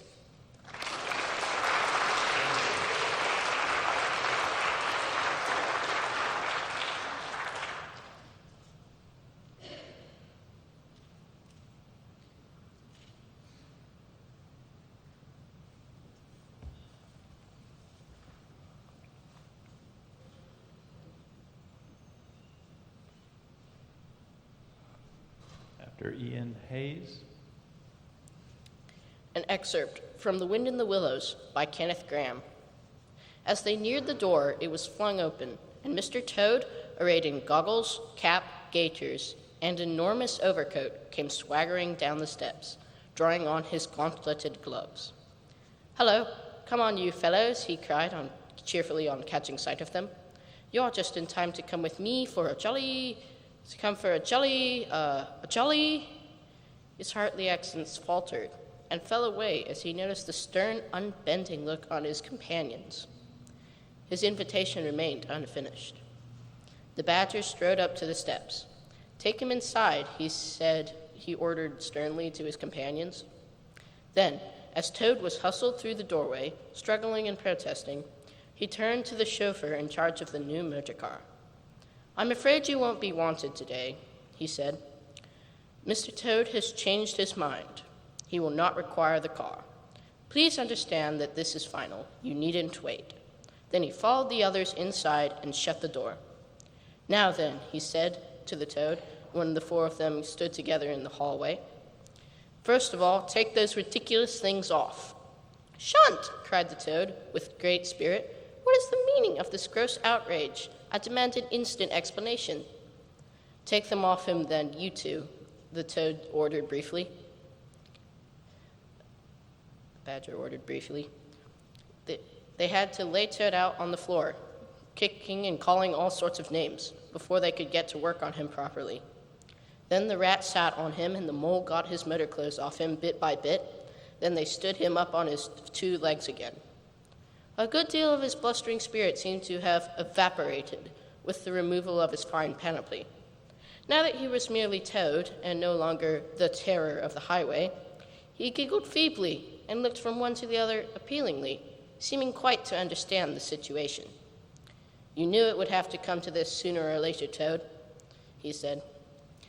You've misregarded all the warnings we've given you.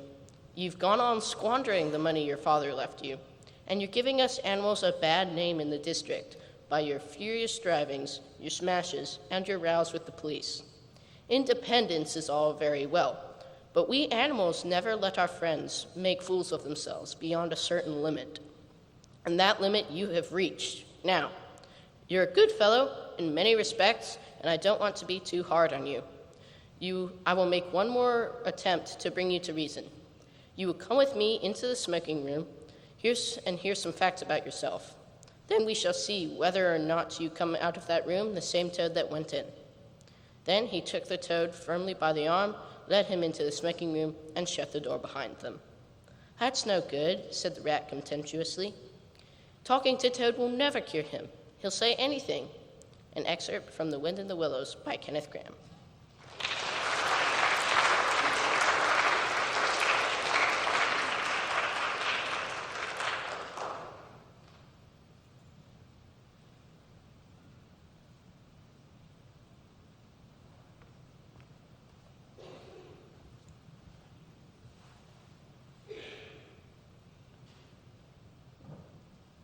After Hayes is Eli. The Touch of a Master's Hand by Myra Brooks Welch. 'Twas battered and scarred, and the auctioneer thought it was scarcely worth his while to waste much time on the old violin, but he held it up with a smile. "What am I bidding, good folks?" he cried. "Who'll start this bidding for me? $1. $1? Then 2? Only 2? Who'll make it 3? $3 once, $3 twice, and going for 3. But no. From the room, far back, a gray-haired man came forward. He picked up the bow, and then wiping the dust from the violin, he tightened his loose strings and played a melody pure and sweet as the caroling angels sing. When the music ceased, the auctioneer said in a voice that was quiet and low, "Now what am I bid for the old violin?" And he held it up with the bow. $1,000. Who'll make it 2? 2,000. Who'll make it 3? 3,000 once, 3,000 twice, and going and gone, he said. The people cheered. Some of them cried. We did not quite understand what changed the worth of this old violin, but swift came the reply, the touch of a master's hand. And many a man with life out of tune, battered and scarred with sin, is auctioned cheap to the thoughtless crowd, much like the old violin. A mess of pottage, a glass of wine, a game, and he travels on. He's going once, he's going twice, he's going, and almost gone. But then the master comes, and the foolish crowd never quite can understand the worth of a soul and the change that's wrought by the touch of a master's hand. The Touch of a Master's Hand by Myra Brooks Welch.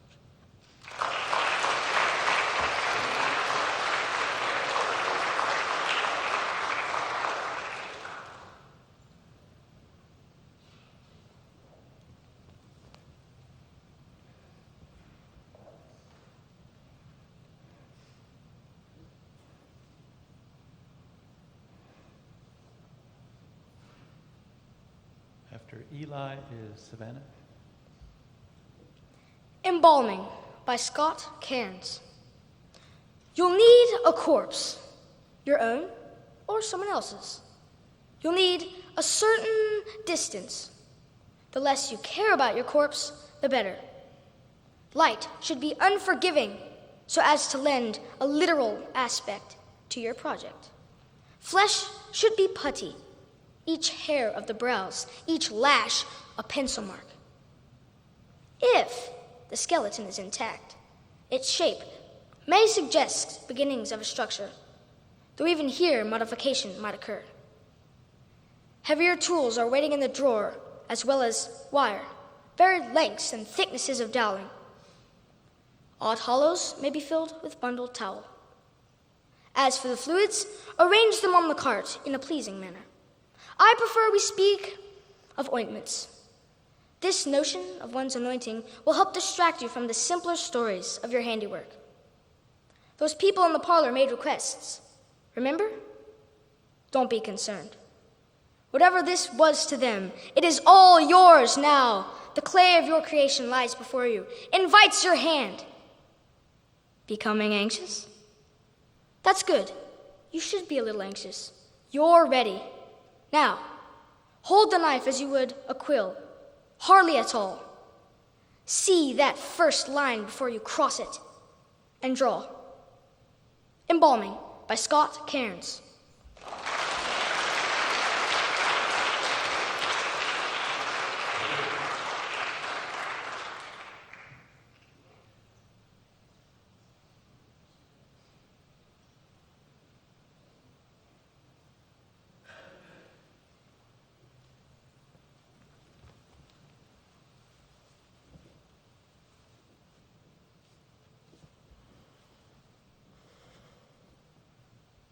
After Savannah is Charlotte. An excerpt from The Silver Chair by C.S. Lewis. "One word, ma'am," he said, coming back from the fire, limping because of the pain. "One word. All you've been saying is quite right. I shouldn't wonder. I'm a chap who's always liked to know the worst, then put the best face I can on it. So I won't deny any of what you said. But there's one more thing to be said. Even so. Suppose we have only dreamed or made up all those things, trees and grass and sun and moon and stars and Aslan himself. Suppose we have. Then all I can say is, in that case, that the made-up things seem a good deal more important than the real ones. And that's a funny thing when you come to think of it. We're just babies making up a game, if you're right.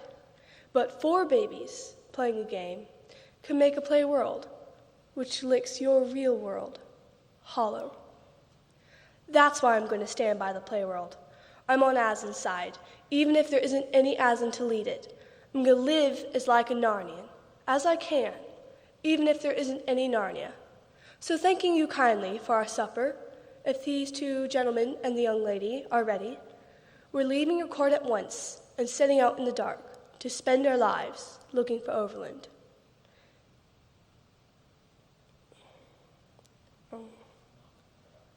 Not that our lives should be very long, I should think, but that's a funny thing when you... But that's a small loss if the world's as dull as a place, as you say. An excerpt from The Silver Chair by C.S. Lewis.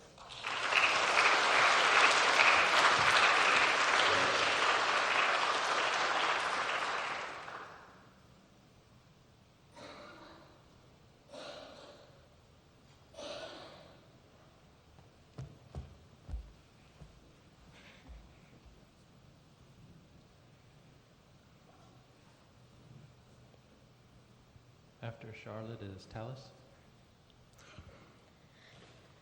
Seashell by G.L. Lindsay. I stopped and picked it up, a little curled seashell, warm to gentle touch, light to an open palm. There is a ghost of a whispering silence, begging to be heard, and I smiled, for I knew its secret. It carried the ocean, with it, in it, breathing a storm from far away, or the lap of a tide from an early morning, gray, misty, and silent. And I held it up to hear its own little story, the soft memories that came from long ago and how they were carried in its small heart for so long. It whispered the story to my heart, and I put the little seashell back on the sandy shoreline. And although every shell sounds the same, and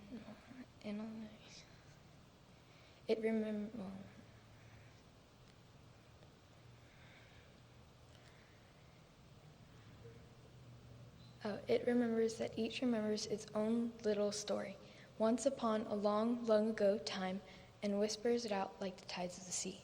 Seashell by J.L. Lindsay.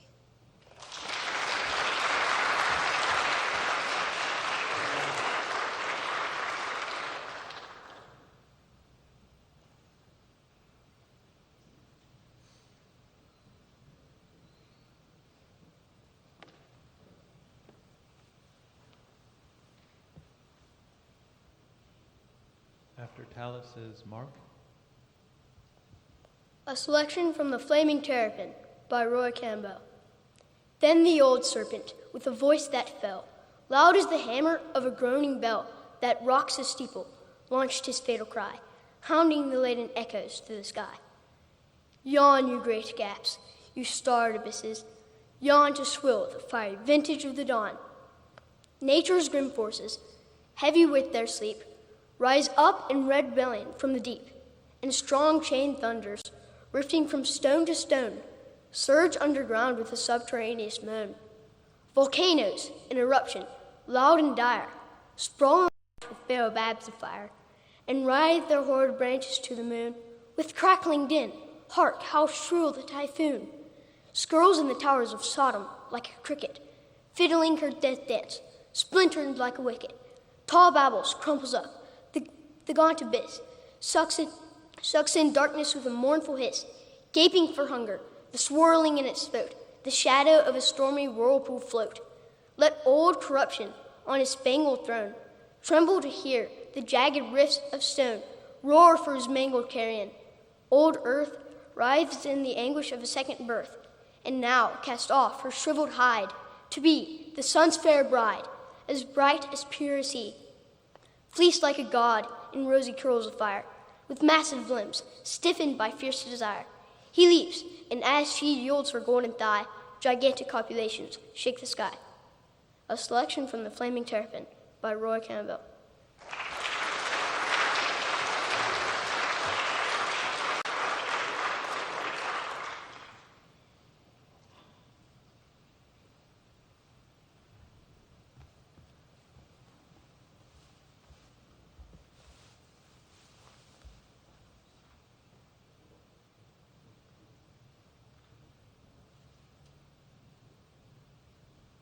After Marley is Shamora. The Dash by Linda Ellis. I read of a man who stood to speak at the funeral of a friend. He referred to the dates on a tombstone from the beginning to the end. He noted that first came the date of her birth and spoke of the following dates with tears. But he said what matters most of all was the dash between those years. For that dash represents all the time she had spent alive on earth.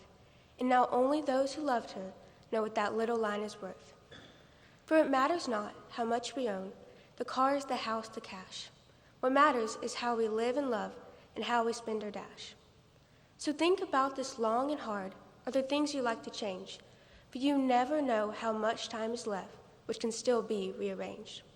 If we could just slow down enough to consider what's true and real, and always try to understand the way other people feel, and be less quick to anger and show appreciation more, and love the people in our lives like we never loved before.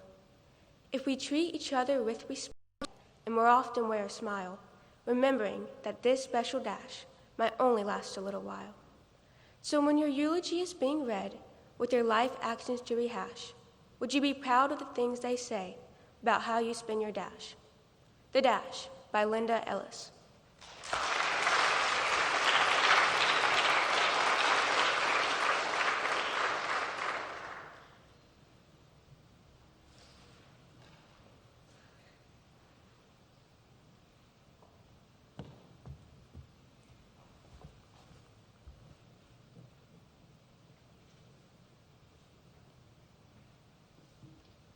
After Shemora is Henry. Content by George Herbert from the Temple. Peace, muttering thoughts, and do not grudge to keep within the walls of your own breast, who cannot on his own bed sweetly sleep, can on another's hardly rest.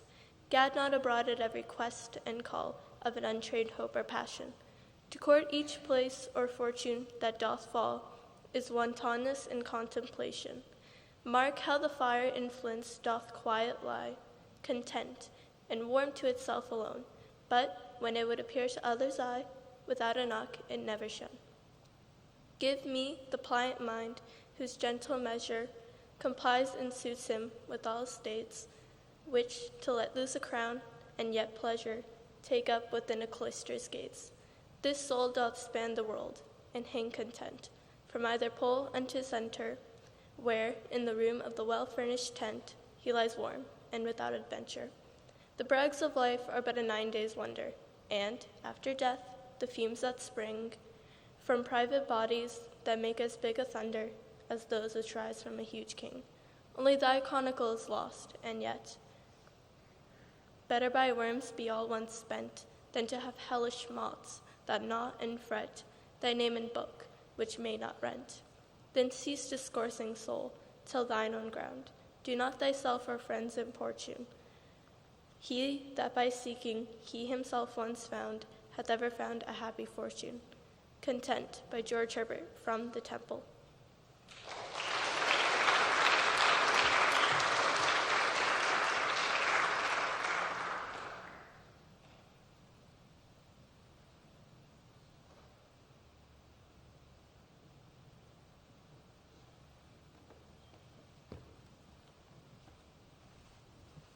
After Henry is Parker. Ronald Reagan's speech at the Brandenburg Gate of the Berlin Wall, June 12, 1987. In the 1950s, Khrushchev predicted, "We will bury you." But in the West today, we see a free world that has achieved a level of prosperity and well-being unprecedented by all human history. In the communist world, we see failure, technological backwardness, declining standards of health, and even want of the most basic kind, too little food. Even today, the Soviet Union still cannot feed themselves. After these 4 decades, then, there stands before the entire world one great and inescapable conclusion. Freedom leads to prosperity. Freedom replaces the ancient hatreds among the nations with comity and peace. Freedom is the victor. And now, the Soviets themselves may, in a limited way, be coming to understand the importance of freedom. We hear much from Moscow about a new policy of reform and openness. Some political prisoners have been released. Certain foreign broadcasts are no longer being jammed, and some economic enterprises are being permitted to operate with greater freedom from state control. Are these the beginnings of profound changes in the Soviet state?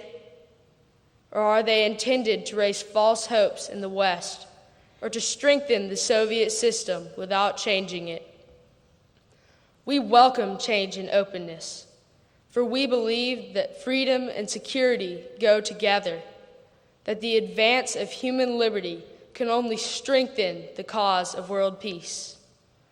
There's one sign the Soviets can make that would be unmistakable, that would advance dramatically the cause of freedom and peace.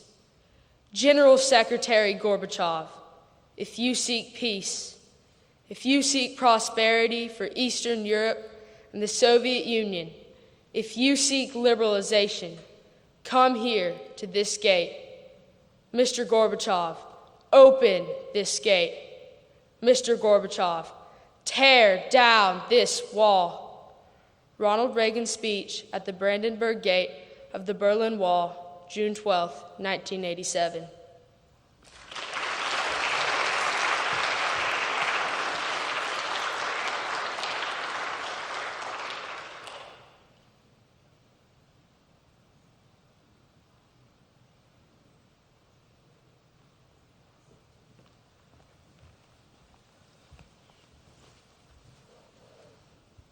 After Parker is Micah. Hannibal, addressed to his soldiers after crossing the Alps, 218 BC.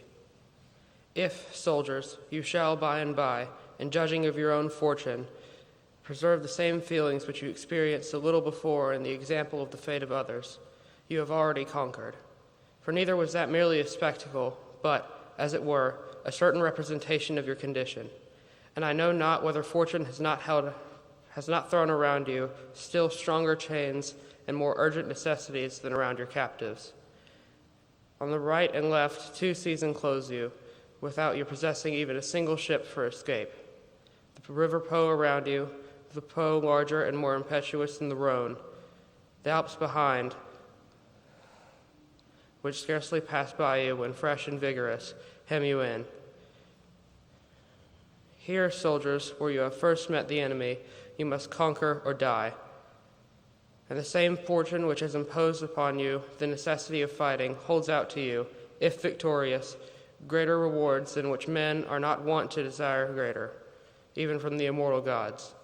And if we were only about to recover by our valor Sicily and Sardinia, wrested from our fathers, the recompense would be sufficiently ample.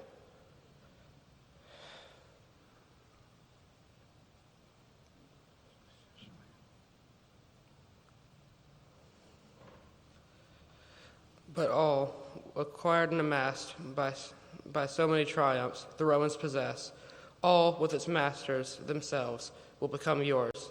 To gain this great reward, hasten then and seize your arms with the favor of the gods. There is a necessity for you to be brave, since all between death and victory has been broken off from you by inevitable despair. And to conquer, or, if fortune should waver, to meet death rather in battle than in flight. If this be well fixed and determined in the minds of you all, I repeat, we have already conquered. Hannibal, addressed to his soldiers after crossing the Alps, 218 BC.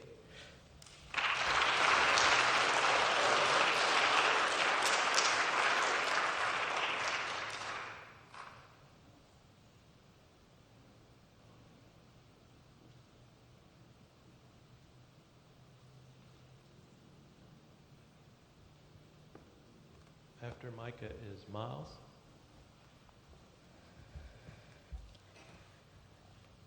Doomsday by George Herbert from the Temple. Come away, oh make no stay. Summon all the dust to rise, till it stir and rub the eyes. While this member jogs the other, each one whispering, live you, brother? Come away, make this the day. Dust, alas, no music feels, but thy trumpet, then it kneels. As peculiar notes and strains cure tarantulas' raging pains. Come away, oh make no stay. Let the graves make their confession, lest at length they plead possession. Flesh's stubbornness may have read that lesson to the grave. Come away.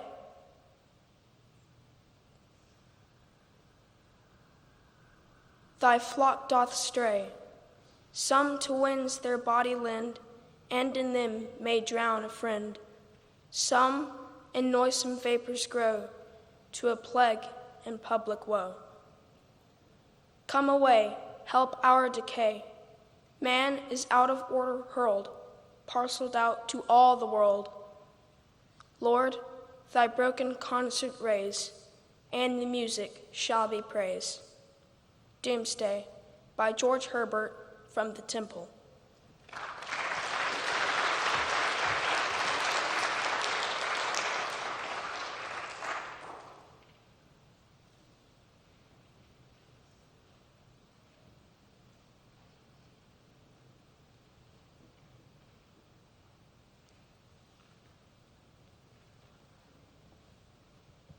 After Miles is Isaac.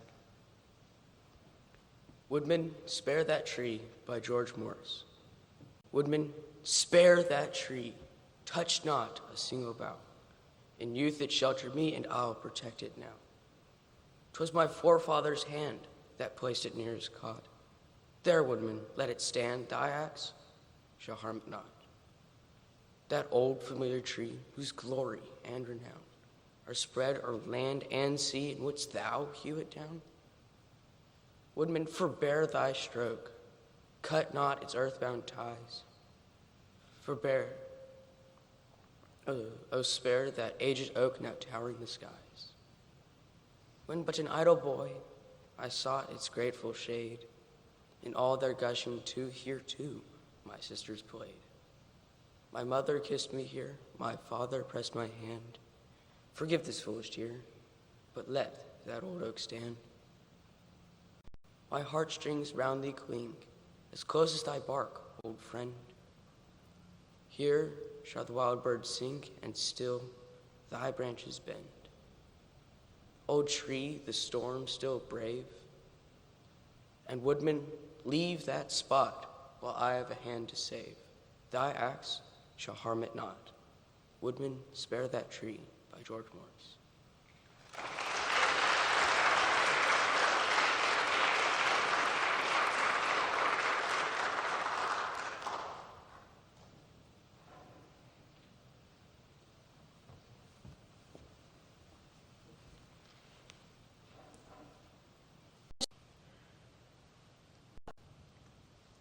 After Isaac is Dawson. An excerpt from Winnie the Pooh by A.A. Milne.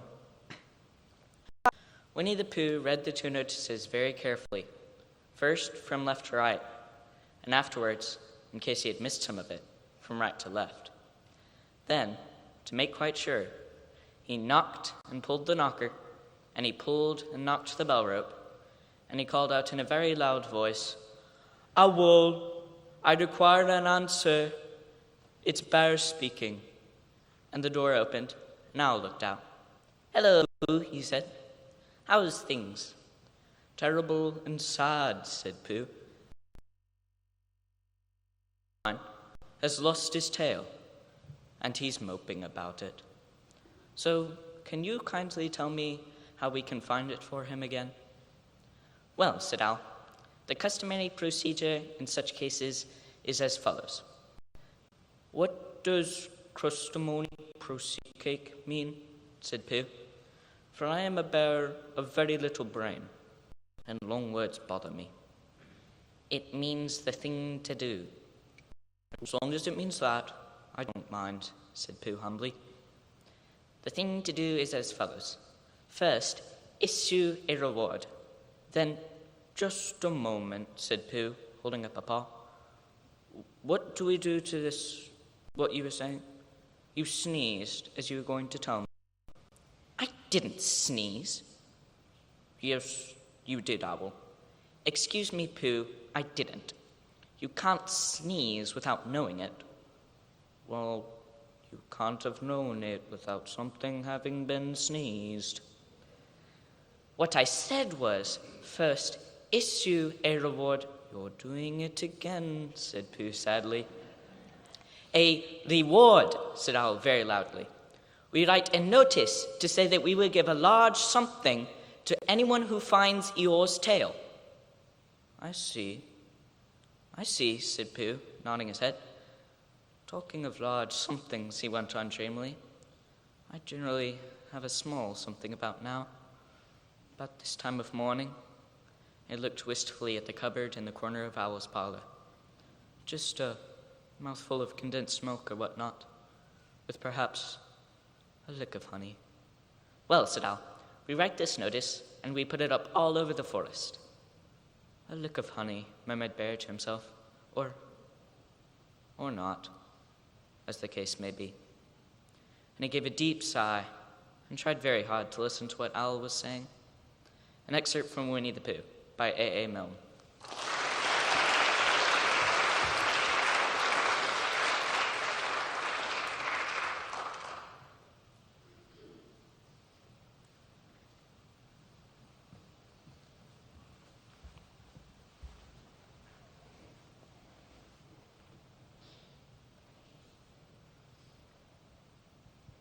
After After Dawson is Megan.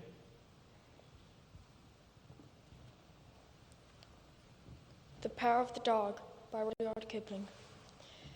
There's sorrow enough in the natural way for men and women to fit our day. So we are certain of sorrow in store. Why do we always arrange for more? Brothers and sisters, I bid you beware of giving your heart to a dog to tear. Buy a pup, any money will buy love and flinching that cannot lie. Perfect passion and worship fed by a kick in the ribs or a pat on the head. Nevertheless, it is hardly fair to give your heart to a dog to tear. When the 14 years which nature permits are closing in asthma or tumors or fits, and the vet's unspoken prescription runs to lethal chambers or loaded guns, then you will find it's your own affair, but you've given your heart to a dog to tear. When the body that lived at your single will, with its whimper of welcome is still, house stilled, and the spirit that greeted your every mood is gone wherever it goes for good, you will give your heart to a dog to tear. We've sorrow enough in the natural way when it comes to burying Christian clay. And our love is not given, but only lent, a compound interest cent per cent.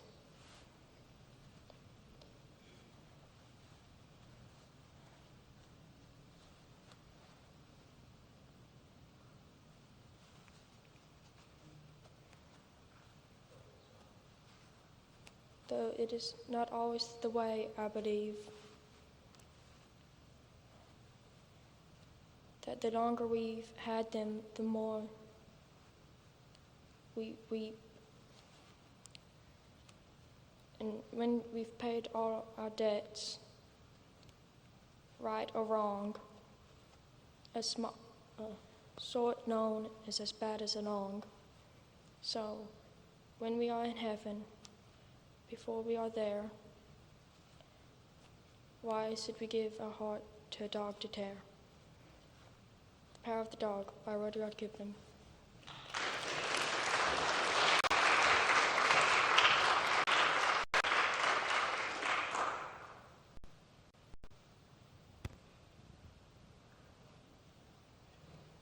After Megan is Maggie.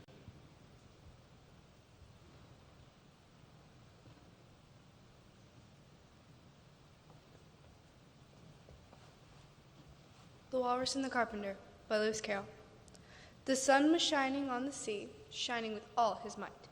He did his very best to make the billows smooth and bright. And this was odd because it was the middle of the night. The moon was shining sulkily because she thought the sun had got no business to be there after the day was done. It's very rude of him, she said, to come and spoil the fun. The sea was wet as wet could be, the sands were dry as dry. You could not see a cloud because no cloud was in the sky. No birds were flying overhead, there were no birds to fly. The Walrus and the Carpenter were walking close at hand. They wept like anything to see such quantities of sand. If this were only cleared away, they said, it would be grand. If 7 maids with 7 mops came and swept it for half a year, do you suppose, the Walrus said, that they could get it clear? I doubt it, said the Carpenter, and shed a bitter tear. O oysters, come and walk with us, the Walrus did beseech. A pleasant walk, a pleasant talk, upon the briny beach. I cannot do with more than 4, to give a hen to each. The eldest oyster looked at him, but never a word he said. The eldest oyster winked his eye and shook his heavy head, meaning to say he did not choose to leave the oyster bed. But 4 young oysters hurried up, all eager for the treat. Their coats were brushed, their faces washed, their shoes were clean and neat. And this was odd because, they hadn't any feet. 4 other oysters followed them, and yet another 4, and thick and fast they came at last, and more and more and more, all hopping through the frothy waves and scrambling to the shore. The Walrus and the Carpenter walked on a mile or so, until they rested on a rock conveniently low, and all the little oysters stood and waited in a row. The time has come, the Walrus said, to talk of many things, of shoes, of ships, of sealing wax, of cabbages and kings, of why the sea is boiling hot, and whether pigs have wings. But wait a bit, the oysters cried, before we have our chat, for some of us are out of breath, and all of us are fat. No hurry, said the carpenter, they think too much for that. A loaf of bread, the walrus said, is chiefly what we need. Pepper and vinegar, besides, are very good indeed. Now if you're ready, oysters dear, we can begin to feed. Not on us, the oysters cried, turning a little blue. After such kindness, that would be a dismal thing to do. The night is fine, the walrus said. Do you admire the view? I weep for you, the walrus said. I deeply sympathize. With tears and sobs he sorted out those of the largest size, holding his pocket handkerchief before his streaming eyes. Oh, oysters, said the carpenter, you've had a pleasant run. Shall we be trotting home again? But answer came there none, and this was scarcely odd, because they'd eaten every one. The Walrus and the Carpenter, by Lewis Carroll.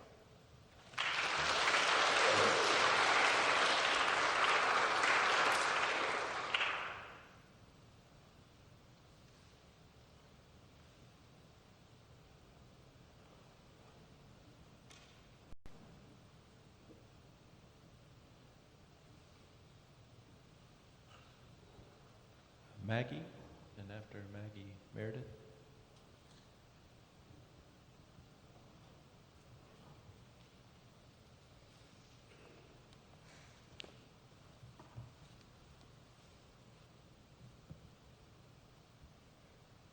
An excerpt from On the Edge of the Dark Sea of Darkness by Andrew Peterson. The last bridge led to a thick, winding limb that was worn from much traffic and had no rope railing. Pete ambled across the limb without a thought, but it was too precarious for Lily to cross with her crutch. Pete turned back and noticed this gasping. He bounded back, swept up Lily, and carried her across in one fluid motion. Neither Tink nor Jenner received such service, but they crossed without trouble. Another rope ladder on the other side of the trunk led up to a trap door in the floor of the treehouse, through which Pete was already helping Lily. The boys scrambled up and into Pete's castle in the trees. Pete was humming as he tore the diggle carcass into pieces and dropped them into the pot. Lily made herself at home and sat cross-legged on the floor against the wall. "Come in, young men, come in. Diggle cooking, rumple eating. Diggle diggle rump food," he said in a sing-song voice.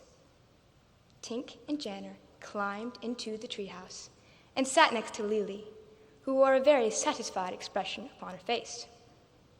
She looked at Pete and gestured to her brothers. "Mr. Pete, these are my brothers Janner and Tink, Tanner and Jink, Jinker and Tan, Janker and Teen," Pete said without looking up from the pot. "But how did you know our names?" Janner asked. "Small town boys. Crazy people hear lots of things, Wiggabee," Pete said. "It's Iggaby," Tink said. Pete shrugged and lit a small bundle of sticks and moss that sat in a crude fireplace beneath the pot. The fireplace was lined with stones, and above it he had fashioned a chimney of sorts from some kind of hide sewn together to make a tube. Janner was impressed by Pete's ingenuity.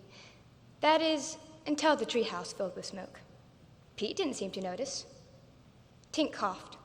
"Mr. Pete the Stockman, sir? Aren't you worried that your house will catch fire?" Pete fished a leather pouch from a small box beside him and sprinkled some of the contents into the pot. A delicious smell rose from the pot and mingled with the smoke. "Worried? Not at all, young Wingaby." He pointed through the nearest window, and the children could see 3 nearby trees whose branches were charred and leafless in places. "I've burned down my castle 3 times before, and I've always survived. I'm not buried a bit. Worried a bit." He went back to stirring the pot. "But this time, I think I've figured out the problem, see? Problem, see? Problem, see?" he sang with a wink. "Rocks. See the rocks? They don't catch fire. Nope." He coughed for the first time, noticing the smoke filling the room. "Eep!" he cried. Pete tugged on a piece of twine that dangled from the chimney tube, and the smoke slowly cleared. "Open the flue, open the flue, open the flue for me and for you." Janner began to rethink his opinion of Pete. He was as crazy as a moonbird. An excerpt from On the Edge of the Dark Sea of Darkness by Andrew Peterson.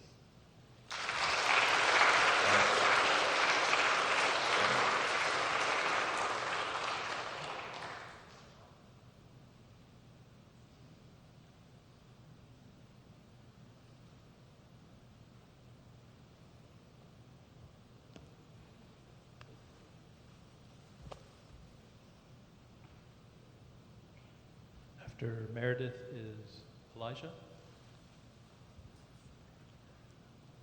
Right in the Corner Where You Are by Helen Steiner Rice. Not everyone can be famous or listed in Who's Who, but every person, great or small, has important work to do. For seldom do we realize the importance of smaller deeds, or what degree of greatness unnoticed kindness leads. For it's not big celebrity in a world of fame and praise, but it's doing unpretentiously, in undistinguished ways, the work that God assigns for us, unimportant as it seems, that makes our task outstanding and brings reality to dreams. So do not sit and idly wish for newer, wider dimensions, where you can put in practice your many good intentions, but at the spot God places you, begin at once to do little things to brighten up the lives surrounding you. For if everybody brightened up the spot on which they're standing by being more considerate and a little less demanding, this dark old world would very soon eclipse the evening star if everybody brightened up the corner where they are. The Corner Where You Are by Helen Steiner Rice.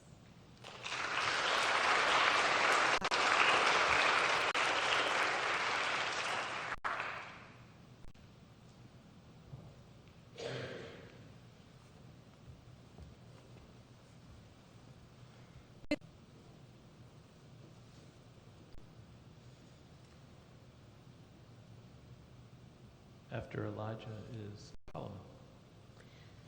Psalm 33, verses 1 through 12, English Standard Version. Shout for joy in the Lord, shout for joy in the Lord, O you righteous. Praise befits the upright. Give thanks to the Lord with the lyre. Make melody to him on the harp of 10 strings. Sing to him a new song. Play skillfully to him on the strings, with loud shouts. For the word of the Lord is upright, and all that he does is done in righteousness. The Lord loves righteousness and justice. The whole earth is full of the steadfast love of the Lord. By his word the heavens were made, and by the breath of his mouth all their hosts.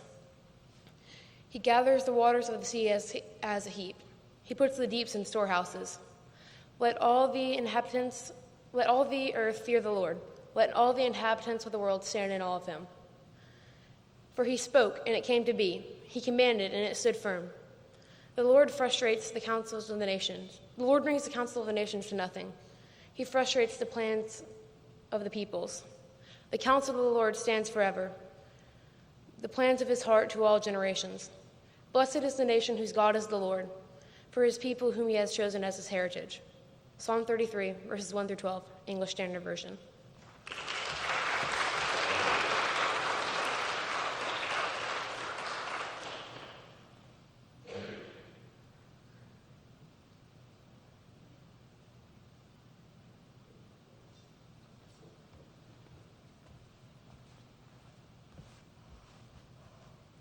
After Solomon is Mitchell.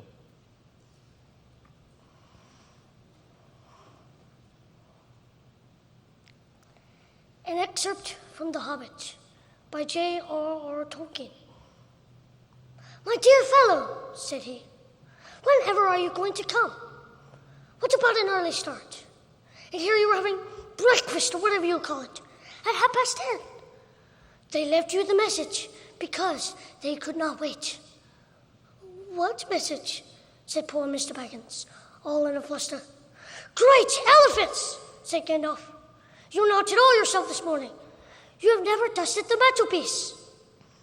"What's that got to do with it? I've had enough to do with washing up for 14. If you had dusted the mantelpiece, You would have found this just under the clock, said Gandalf, handing Bilbo a note, written, of course, on his own note paper. This is what he read. Thorin and company to burglar Bilbo greeting. For your hospitality, our sincerest thanks. And for your offer of professional assistance, our grateful acceptance. Terms? Cash on delivery up to and not exceeding 1/14 of total profits, if any. All traveling expenses guaranteed in any event. Funeral expenses to be defrayed by us or our representatives if occasion arises and the matter is not otherwise arranged for. Thinking it unnecessary to disturb your esteemed repose, we have proceeded in advance to make requisite preparations and shall await your respected person at the Green Dragon Inn, Bywater, at 11 a.m. sharp, trusting that you will be punctual. We have the honor to remain yours deeply, Thorin and company. That leaves you just 10 minutes. You will have to run, said Gandalf. But, said Bilbo, no time for it, said the wizard. But, said Bilbo again, no time for that either. Off you go. To the end of his days, Bilbo could never remember how he found himself outside without a hat, a walking stick, or any money, or anything that he usually took when he went out, leaving his second breakfast half finished and quite unwashed up, pushing his keys into Gandalf's hands and running as fast as his furry feet could carry him down the lane, past the great mill, across the water, and then on for a mile or more.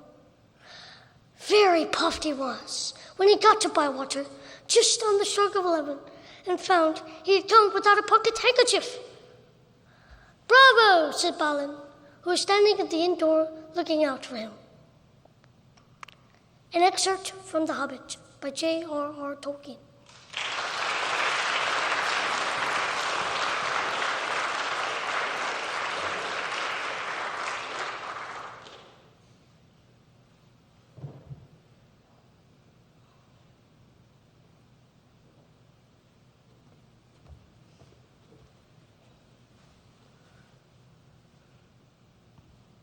After Mitchell is Julia. The Tale of the Three Brothers, an excerpt from the Tales of Beal the Bard by J.K. Rowling. There were once three brothers who were traveling along a lonely winding road at twilight. In time, the brothers reached a river too deep to wade through and too dangerous to swim across. However, these brothers were learned in the magical arts, and so they simply waved their wands and made a bridge appear across the treacherous water. They were halfway across it when they found their path blocked by a hooded figure. And Death spoke to them.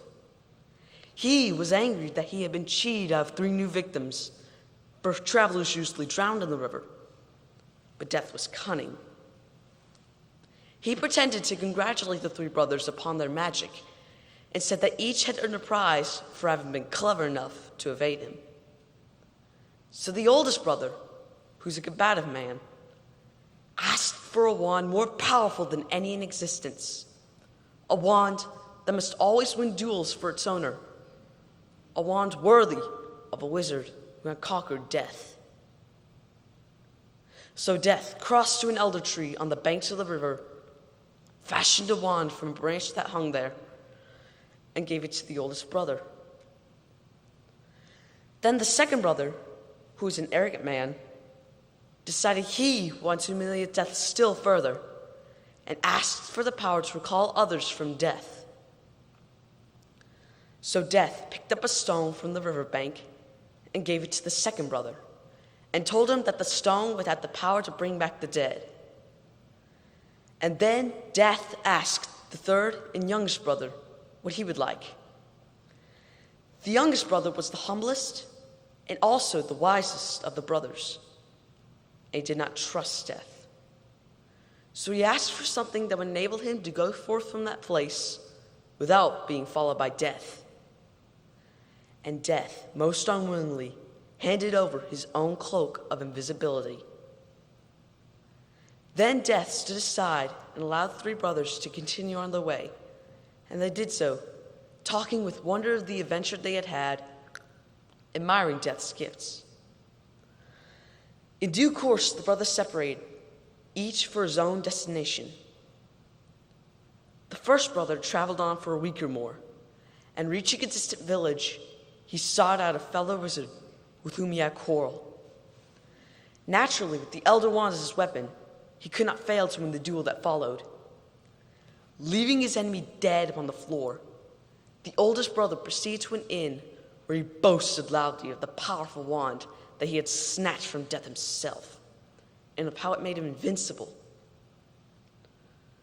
But that very night, another wizard crept upon the oldest brother as he lay, wine-sodden, upon his bed.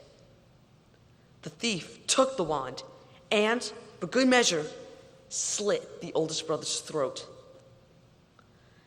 And so Death took the first brother for his own. Meanwhile, the second brother journeyed to his own home, where he lived alone. Here he took out the stone that had the power to recall the dead and turned it thrice in hand.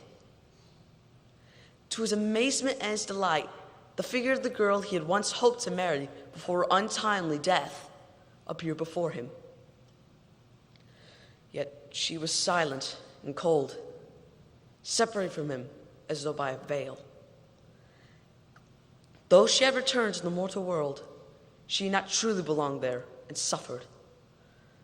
Finally, the second brother, driven mad with hopeless longing, killed himself so as truly to join her. And so Death took the second brother for his own.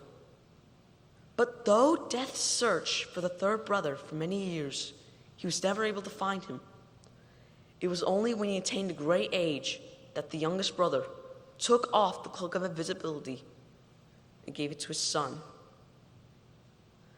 And they greeted Death as an old friend and went with him gladly. And, equals, they departed this life. The Tale of the Three Brothers, an excerpt from the Tales of Beal the Bard by J.K. Rowling.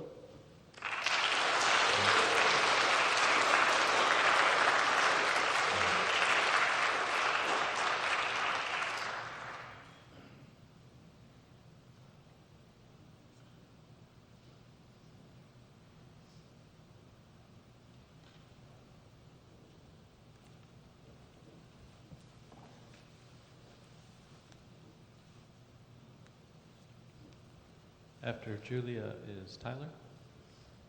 Mortification by George Herbert. How soon doth man decay when clothes are taken from a chest of sweets to swaddle infants whose young breath scarce knows the way. Those clots are little winding sheets which do consign and send them unto death.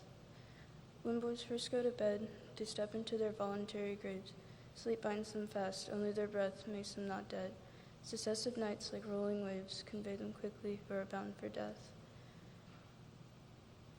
When youth is frank and free, and calls for music while his veins do swell, all day exchanging mirth and breath and company, that music summons to the knell, which shall befriend him at the house of death. When man grows staid and wise, getting a house and home which he may move within the circle of his breath, schooling his eyes, that dumb enclosure maketh love into the coffin which attends his death. When nature is low and weak, getting a house and marking his grave and thawing every year, till do melt and drown his breath whenever he would speak. A chair of litter shows the bier which shall convey him to the house of death. Man, ere he is aware, hath put together a solemnity.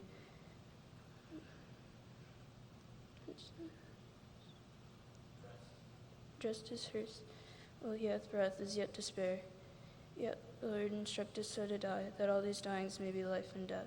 Mortification by George Herbert.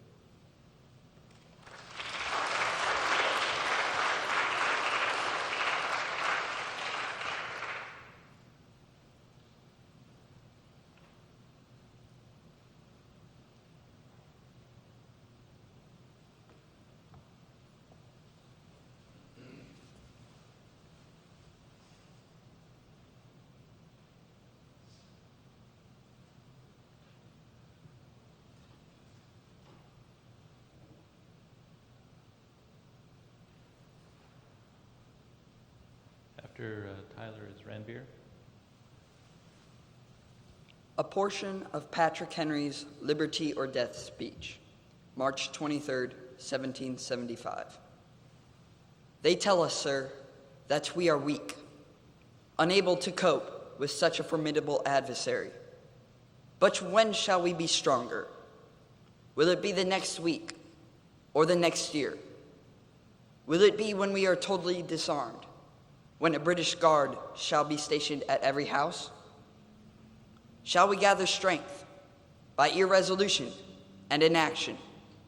Shall we acquire the effectual means of resistance by lying supinely on our backs, grasping the delusive phantom of hope until our enemies have bound us hand and foot? Sir, we are not weak if we make a proper use of those means which the God of nature hath placed in our power. Those millions of people armed in the holy cause of liberty, and in such a country as that which we possess, are invincible by any force which an enemy can send against us. Besides, we shall not fight our battles alone. There is a just God who presides over the destinies of nations, who will raise up friends to fight our battles for us. The battle is not to the strong alone. It is to the vigilant, the active, the brave. Besides, we have no election. If we were base enough to desire it, it is now already too late to retire from the contest. There is no retreat except in submission and slavery. Our chains are forged. Their clanking may be heard on the plains of Boston. The war is inevitable, and let it come. I repeat, let it come. It is vain to accentuate the matter. Gentlemen may cry, peace, peace, but there is no peace. The war has already begun. The next gale that sweeps from the north will bring to our ears the clash of resounding arms. Our brethren are already in the field. Why stand we here idle? What is it that gentlemen may wish? What will they have? Is liberty so dear, or peace so precious, as to be bought at the price of chains and slavery? Forbid it, Almighty God. I know not what course others may take, but as for me, give me liberty or give me death. A portion of Patrick Henry's Liberty or Death speech, March 23rd, 1775.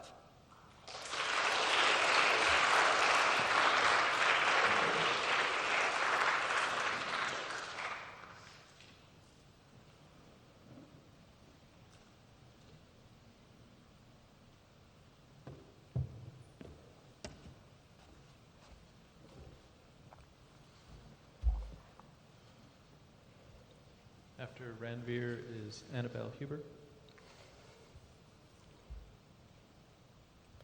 Courage by Edgar Albert Guest. Courage isn't a brilliant dash, a daring deed in a moment's flash. It isn't an instantaneous thing, born of despair with a sudden spring.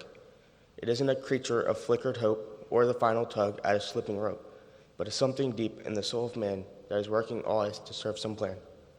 Courage isn't the last resort at the work of life in the game of sport. It isn't a thing that a man can call at some future time when he's apt to fall. If he hasn't it now, he will have it not, when the strain is great and the pace is hot. For who would strive for a distant goal must always have courage within his soul. Courage isn't a dazzling light that flashes and passes away from sight. It's a slow, unwavering, ingrained trait with the patience to work and the strength to wait. It's a part of a man when the skies are blue.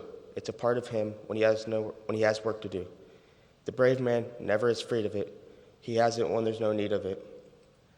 Courage was never designed for show. It's written in victory and defeat.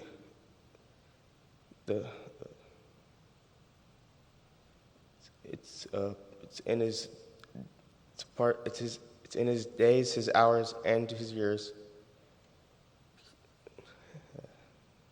Courage is more than a daring deed. It's the breath of life and a strong man's creed. Courage by Edgar Albert Guest.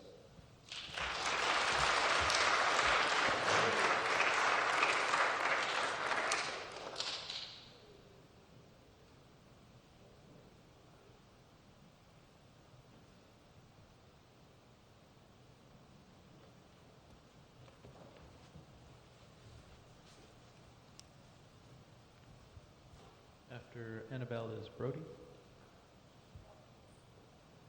An excerpt from The Hiding Place by Corey ten Boom. Suddenly I sat up, striking my head on the cross slats above. Something had pinched my leg. "Fleas!" I cried. "Betsy, this place is swarming with them." We scurried our way across the interviewing platform, heads down low to avoid another bump, dropped down to the aisle, and edged our way to a patch of light. "Here, and here another one," I wailed. "Betsy, how are we going to live in such a place?" Show us how." It was said so matter-of-factly, it took me a second to realize she was praying. More and more, the distinction between prayer and the rest of life seemed to be vanishing for Betsy. "That's it, Corey. He has given us the answer before he asked, as he always does. In the Bible this morning, where was it? Read that part again." Here it is. "Comfort the frightened, help the weak, be patient with everybody.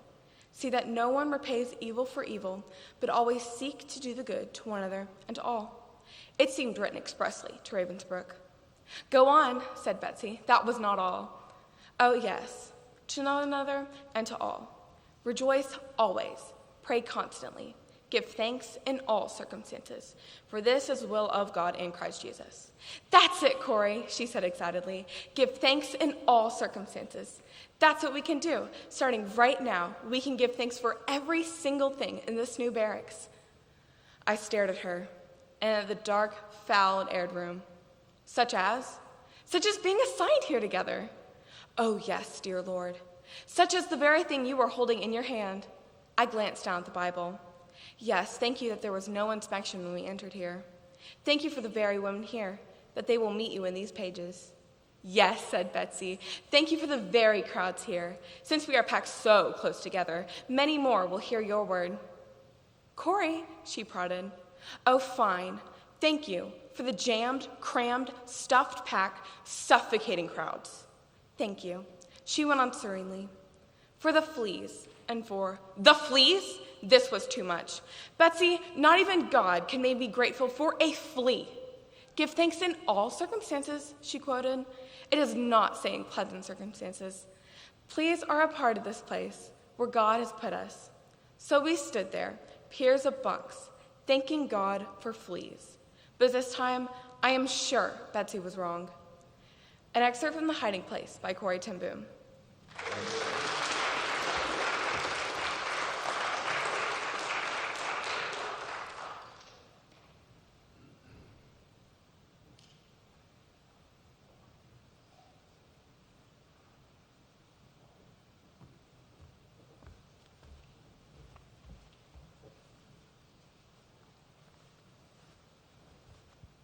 After Brody is Annabelle Ramsey. Job 1, verses 8 through 22. And the Lord said to Satan, "Have you considered my servant Job? There is none like him on the earth.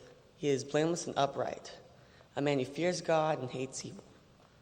And Satan answered the Lord and said, "Does Job fear God for no reason? Have you not put a hedge around him and his house and all that he has? You have blessed the work of his hands, and his possessions has increased in the lands.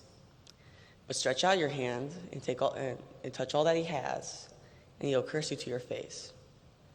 So the Lord answered Satan and said, "Behold, all that he has is in your hands. Only against him do not stretch out your hands." So Satan left from the presence of the Lord. There was a day when his sons and daughters were eating and drinking wine in their oldest brother's house. And there came a messenger to Job and said, "The oxen were plowing and the donkeys feeding beside them. And the Sabians fell upon them and took them and slayed the serpents with the edge of a sword. And only I have escaped to tell you." While he was speaking, there came another and said, "The fire of God fell from heaven and burned the sheep and the servants and consumed them. And only I have escaped to tell you. While he was speaking, there came another and said, the Chaldeans formed 3 bands and fell upon the camels and took them, and slaved the servants with the edge of a sword, and only I have escaped to tell you. And while he was speaking, there came another and said, Your sons and daughters were eating and drinking wine in their eldest brother's house, when from the wilderness a great wind smote the 4 corners of the house, and it fell upon the young men and killed them. Only I have escaped to tell you. It was then Job fell on the ground, tore his clothes, and shaved his hair, and fell on the ground and prayed, and said, Naked I came from my mother's womb, and naked I shall return. The Lord has given, and the Lord has taken away. And all this, Job had not sinned nor judged God foolishly. Job 1, verses 8 through 22, English Standard Version.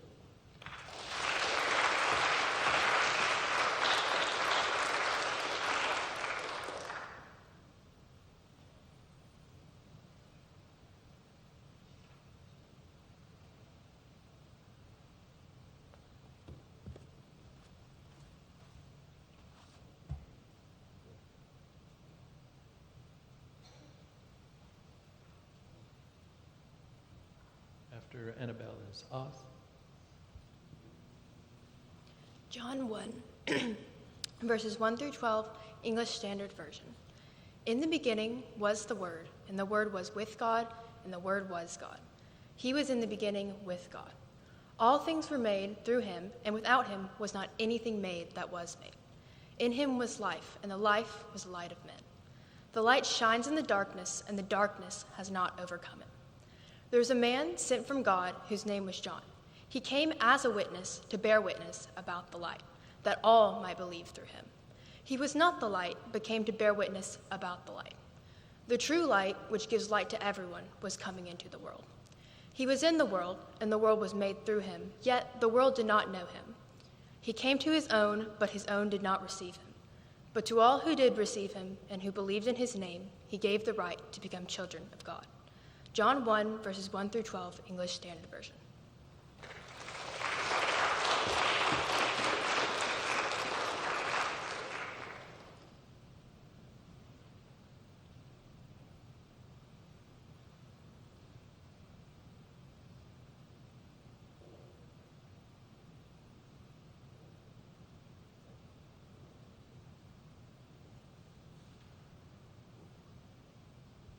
And Oz.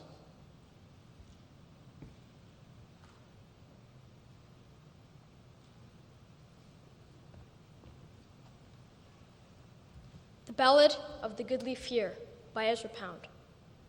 Have we lost the goodliest fear of all? For the priests and the gallows tree? Aye, lover he was of brawny men, of ships in the open sea. And when they came with the host to take our man, his smile was good to see. First let these go, quote our goodly fear, lest I see ye damned, says he. Oh, we drank his hail in the good red wine, when we last made company.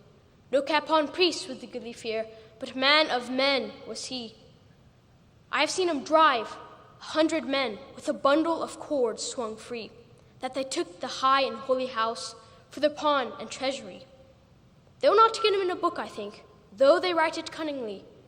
No mouse of the scrolls was the goodly fear, but I love the open sea. If they think they have snared our goodly fear, they are fools to the last degree. I'll go to the feasts, quote our goodly fear, though I go to the gallows tree. Ye have seen me heal the lame and blind, and wake the dead, says he. But ye shall see me do one thing to master all, 'tis how a brave man dies upon a tree. A son of God was the goodly fear, that bade his brothers be. I have seen him cow 1,000 men, I have seen him upon the tree. He cried no cry when they drave the nails, and the blood gushed hot and free. And the hounds of crimson sky gave tongue, but never a cry cried he. Like the sea he cowed at Geseriot. with the winds unleashed and free. Like the crowd he cowed at Galilee, witty words spoken suddenly. A master of men was the goodly fear, a mate of the wind and sea. If they think they have slain our goodly fear, they are fools eternally. I have seen him eat of the honeycomb since they nailed him to the tree. The Ballad of the Goodly Fear by Ezra Pound.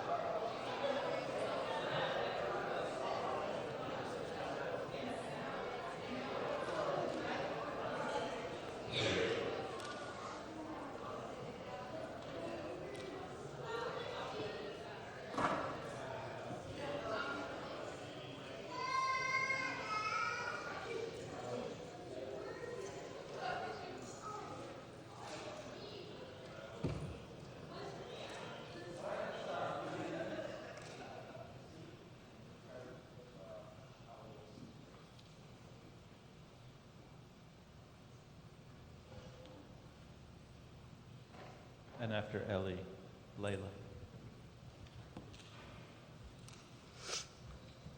An excerpt from Animal Farm by George Orwell. Now, comrades, what is the nature of this life of ours? Let us face it. Our lives are miserable, laborious, and short. We are born. We are given just so much food as will keep the breath in our bodies, and those of us that are capable of it are forced to work to the last atom of our strength. In the very instant that our usefulness has come to an end, we are slaughtered with hideous cruelty. No animal in England knows the meaning of happiness or leisure after he is a year old. No animal in England is free. The life of an animal is misery and slavery. That is the plain truth. But is this simply part of the order of nature?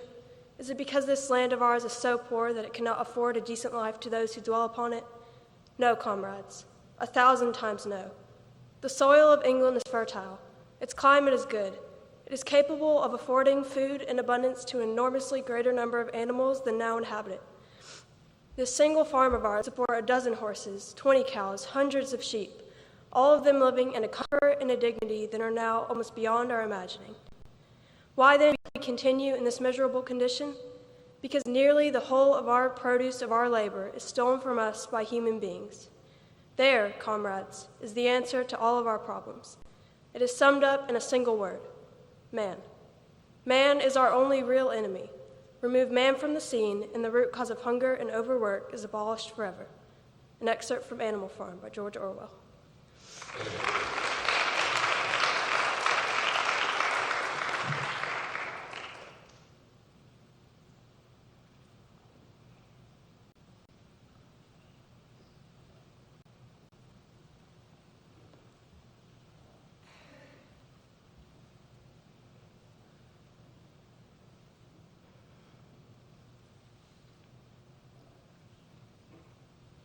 After Layla is Catherine.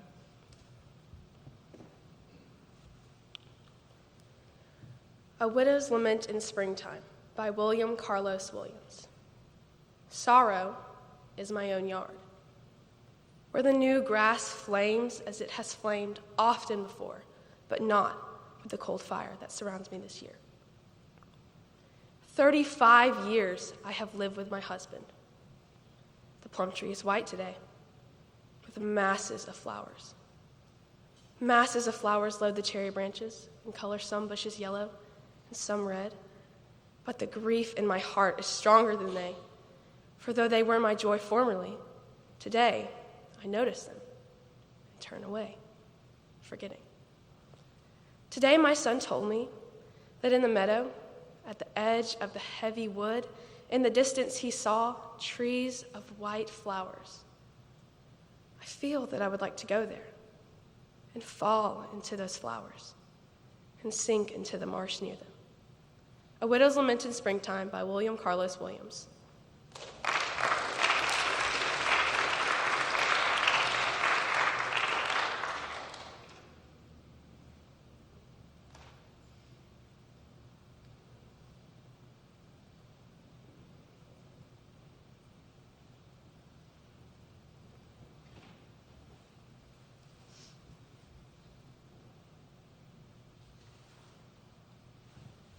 After Catherine is Ben.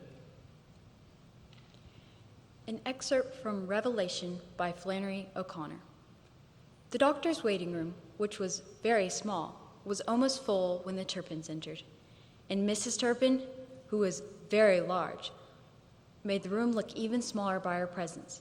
She stood looming at the head of the magazine table set in the center of it, a living demonstration that the room was inadequate and ridiculous. Her little bright black eyes took in all the patients as she sized up the seating situation. There was one vacant chair and a place on the sofa occupied by a little blonde child in a dirty blue romper, who should have been told to move over and make room for the lady. He was 5 or 6, but Mrs. Turpin saw at once that no one was going to tell this child to move over. He was slumped down in his seat, his arms idle at his sides, and his eyes idle in his head. His nose, it ran unchecked. Mrs. Turpin put a firm hand on Claude's shoulder and said in a voice that included anyone who wanted to listen, "Claude, you sit in that chair there, and gave him a push down into the vacant one. Claude was florid, bald, and sturdy, somewhat shorter than Mrs. Turpin, but he sat down as if he were accustomed to doing what she told him to.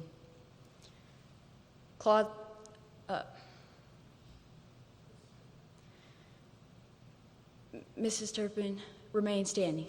The only man in the room besides Claude was a lean, stringy old fellow with rusty hands spread out on each knee, and whose eyes were closed as if he were asleep, or dead, or pretending to be so as to not get up and offer her his seat. Her gaze fell agreeably on a well-dressed, gray-haired lady, whose eyes met hers, and whose expression said, "If that child belonged to me, he would have some manners and move over. There's plenty of room there for you and for him, too." Claude looked up with a sigh and made as if to rise. "Sit down," said Mrs. Turpin. "You know you're not supposed to stand on that leg." "He has an ulcer on his leg," she explained. "My," said the lady, "how'd you do that?" "A cow kicked him," said Mrs. Turpin. "Goodness," said the lady. Claude rolled down his trouser leg. "Maybe the little boy would move over," said the lady, but the child did not stir. "Somebody will be leaving in a moment," said Mrs. Turpin. She could not understand why a doctor, with as much money as they may charge him, $5 a day just to stick their head in the door and look at you, couldn't afford a decent-sized waiting room. An excerpt from Revelation by Flannery O'Connor.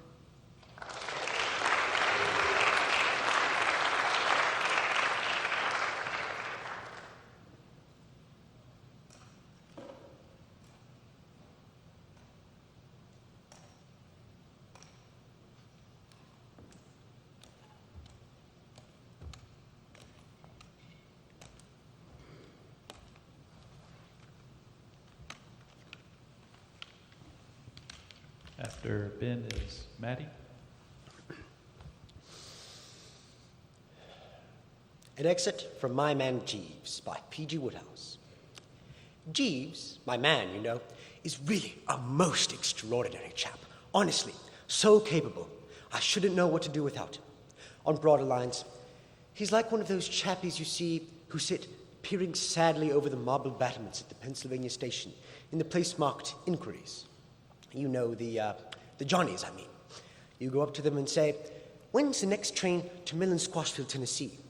And they reply without stopping to think, 243, track 10, change at San Francisco. And they're right, every time. Well, Jeeves gives just the same impression of omniscience.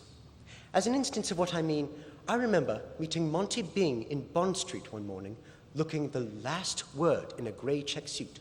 And I felt I should never be happy till I had one just like it. I dug the address of the tailors out of him and had them working on the thing inside the hour. "Jeeves," I said that evening, "I'm getting a check suit like that one of Mr. Bing's." Injudicious, sir, he said firmly. "It will not become you." "What absolute rot! It's the soundest thing I've struck for years." Unsuitable for you, sir." "Well, the long and short of it was that the confounded thing came home, and I put it on, and when I caught sight of myself in the glass, I nearly swooned. Jeeves was perfectly right. I looked across between a music hall comedian and a cheap bookie, yet Monty had looked fine in just the same stuff. These are just life's mysteries. That's all there is to it. But it isn't only that Jeeves's judgment about clothing is infallible. The man knows everything. There was the matter of that tip on the Lincolnshire. I forget now how I got it, but it had the aspect of being the real red-hot Tabasco.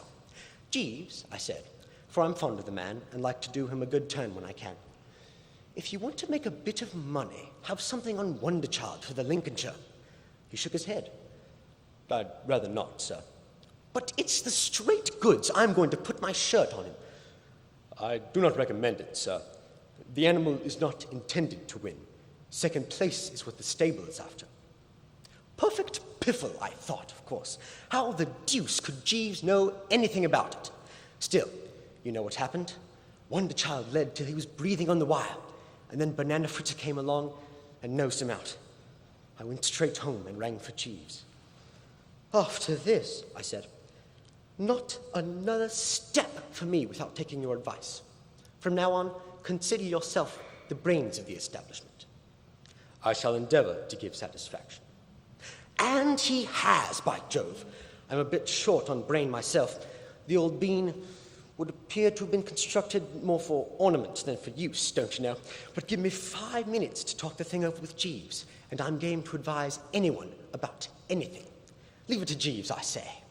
An excerpt from My Man Jeeves by P.G. Wodehouse.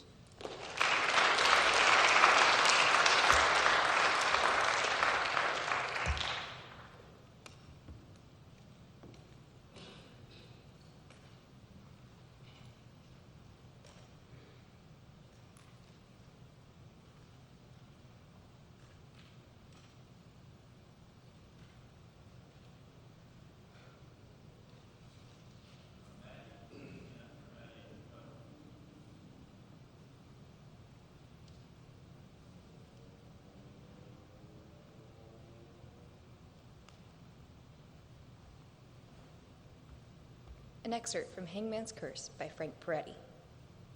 Hey, Angel, what are you doing in here? Ian stopped rowing, and the humanist left his face. Elijah turned to see a big guy in running shorts striding toward them.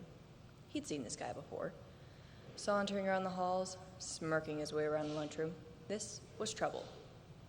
Come on, Angel, he said, motioning for Ian to get off the machine. And he meant Angel as a smear, not a compliment. Turn it over. We signed up for this machine. It's ours for 15 more minutes, Elijah said. The big guy just smirked and said, Too bad, it's mine now. He grabbed Ian by the arm and tried to jerk him off the machine. Ian jerked his arm free, his face filling with rage.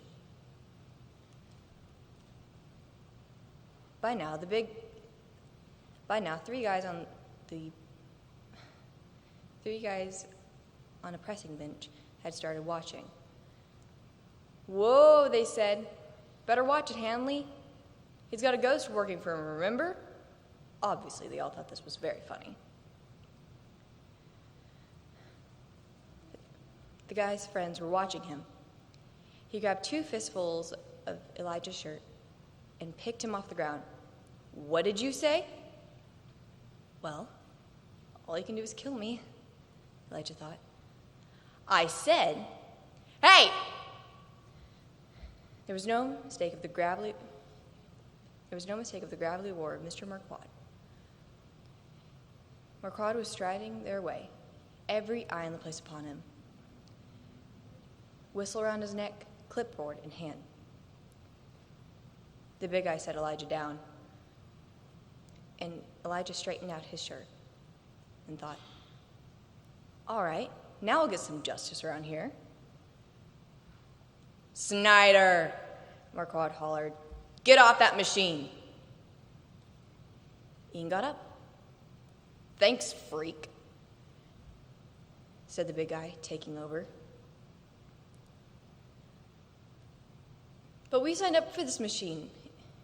It's ours for 30 minutes. But Mr. Marquard got no intention of hearing him. All right, Hanley, 5 kilometers to go, starting now. He started the stopwatch. Hanley started rowing.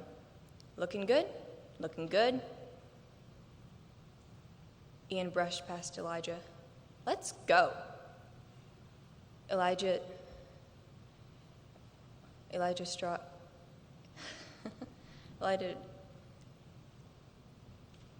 walked toward Mr. Marquard.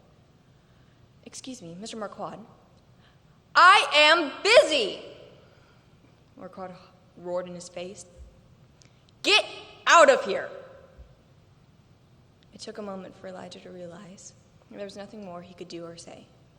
Marquard, Hanley, and the 3 guys on the pressing bench owned this little club, and he and Ian were out. Sign-up sheet or no sign-up sheet. Policy or no policy. By the time he joined Ian outside on the sidewalk, he was furious. I don't believe this. Ian had his old steely gaze back, but was much calmer now, as if resigned to it. I saw it coming. But we signed up. He had the sign-up sheet right on his desk. I know. I put it there. His athletes get priority. That is not what the rules say. Welcome to Baker High. Elijah was genuinely angry now. Would you please explain this to me? Ian thought a moment, and with a little shrug. Well, there are 2 Baker High schools. The one everyone wants to see. The one with the rules and the policies, and the cool principal walking around in their business suits. It has the honor roll, and it has the honor roll and the trophies in the display case. The honor students and the athletes get their pictures in the paper, and nothing bad ever happens. And look, we have metal detectors, first in the country.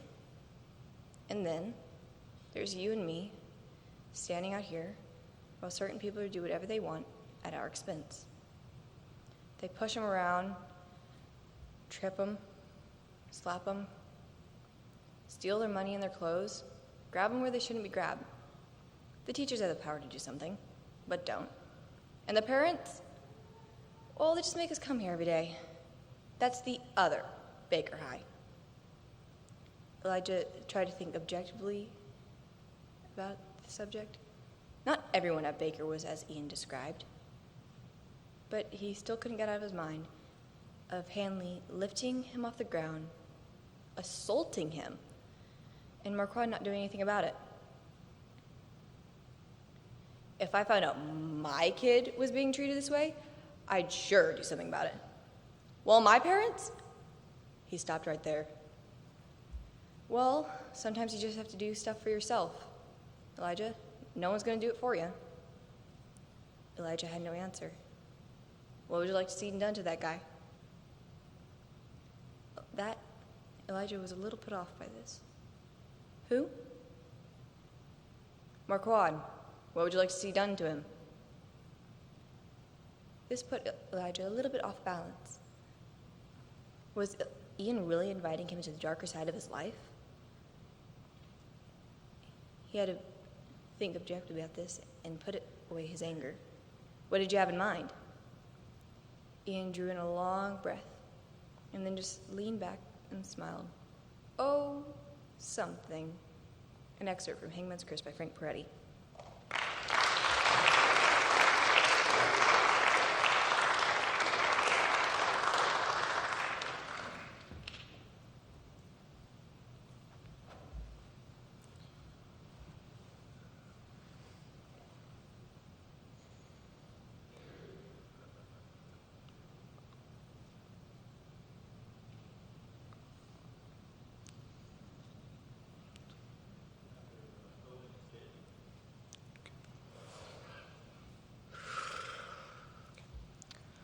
An excerpt from Dune by Frank Herbert. He felt calmness return, said, "Get on with it, old woman." "Old woman," she snapped. "You've courage, and that can't be denied." "Well, we shall see, Sarah." She bent close, lowered her voice to almost a whisper, said, "You will feel pain in this hand within the box. Pain. But withdraw the hand, and I'll touch your neck with my Gamjabar, the death so swift, it is like the fall of the headsman's axe. Withdraw the hand, and the Gamjabar takes you. Understand? What's in the box? Pain. He felt increased tingling in his hand, pressed his lips tightly together. How could this be a test, he wondered. The tingling became an itch. The old woman said, "You've heard of animals chewing off a leg to escape a trap? There is an animal kind of trick. A human would remain in the trap, endure the pain, feigning death, that he might kill the trapper and remove a threat to his kind." The itch became the faintest burning. "Why are you doing this?" he demanded. "To determine if you're human. Be silent." He clenched his right hand into a fist as the burning sensation increased in the other hand. It mounted slowly, Heat upon heat upon heat upon heat. He felt the fingernails of the free hand biting the palm. He tried to flex the fingers of the burning hand and couldn't move them. "It burns," he whispered. "Silence!" Pain throbbed up his arm. Sweat stood out on his forehead. Every fiber cried out to withdraw the hand from that burning pit. But the Gom Jabbar, without turning his head, he tried to move his eyes to see that terrible needle poised beside his neck. He sensed he was breathing in gasps, tried to slow his breaths, and couldn't. Pain!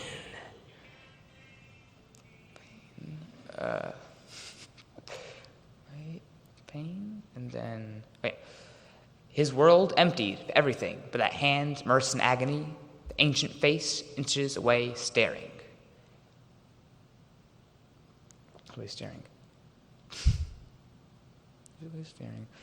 His lips were so dry he had difficulty separating them. The burning! The burning! He thought he could feel the skin curling black on that agonized hand. The flesh crisping and falling away till only charred bones remained. It stopped. As though a switch had been turned off, the pain stopped. Paul felt his right arm trembling, felt sweat bathing his entire body. "Enough," the old woman muttered. "Kolbahad, no woman's child ever withstood this much. I must have wanted you to fail." She leaned back, withdrawing the Gom Jabbar from the side of his neck. "Take your hand from the box, young human, and look at it." He fought down an aching shiver, stared into the lightless void where his hand seemed to remain of his own volition. Memory of pain inhibited every movement. Reason told him that he would withdraw a blackened stump from the box. "Do it," she snapped. He pulled his hand back and stared at it astonished. Not a mark, no sign of agony on the flesh. He turned his hand, held it up, flexed the fingers. An excerpt from Dune by Frank Herbert.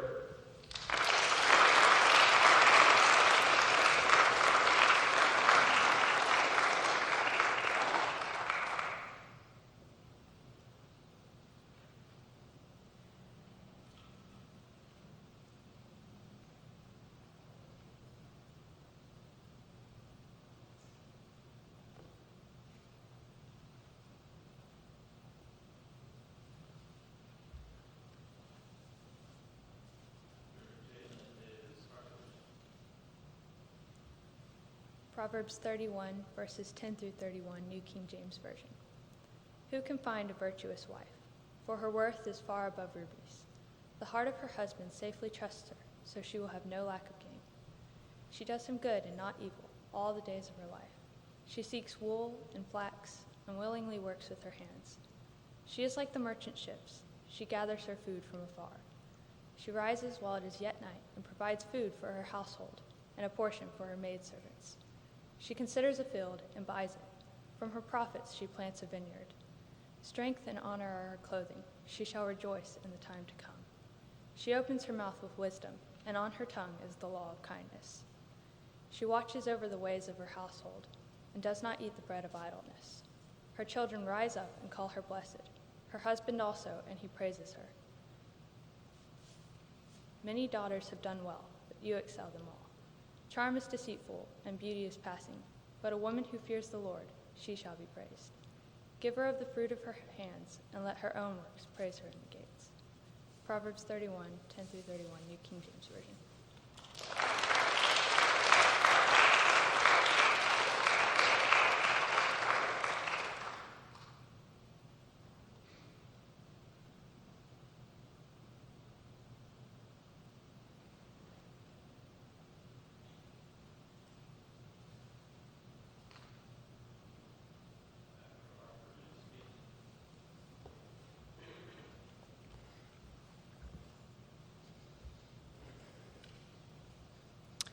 An excerpt from The Hiding Place by Corrie ten Boom.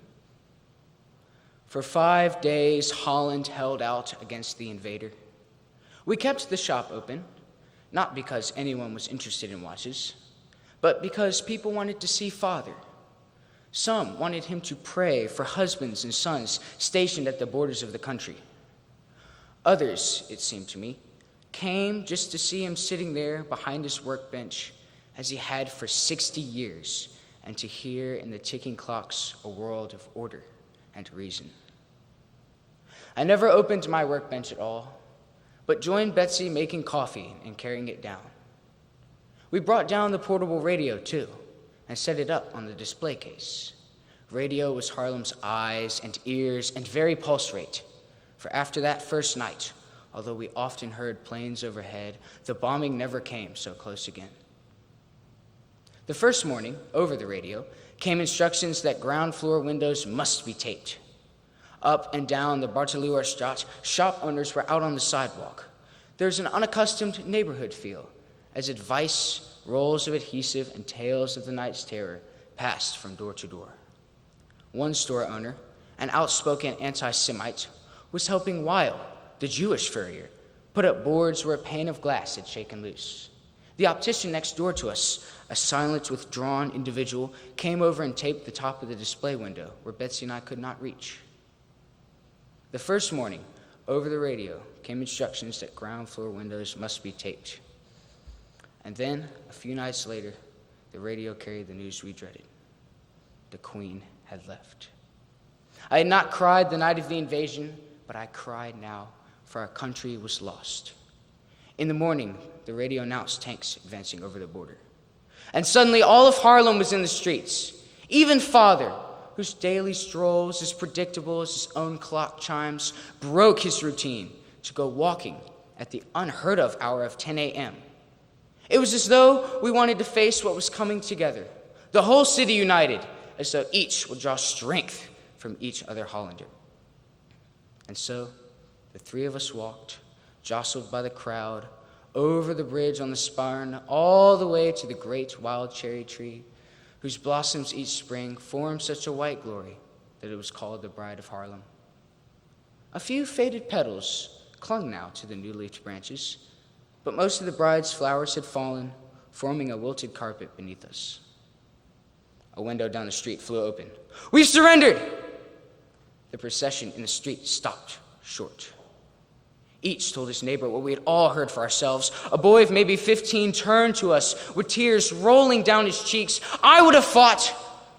I wouldn't ever have given up. Father stooped down to pick up a small bruised petal from the brick pavement.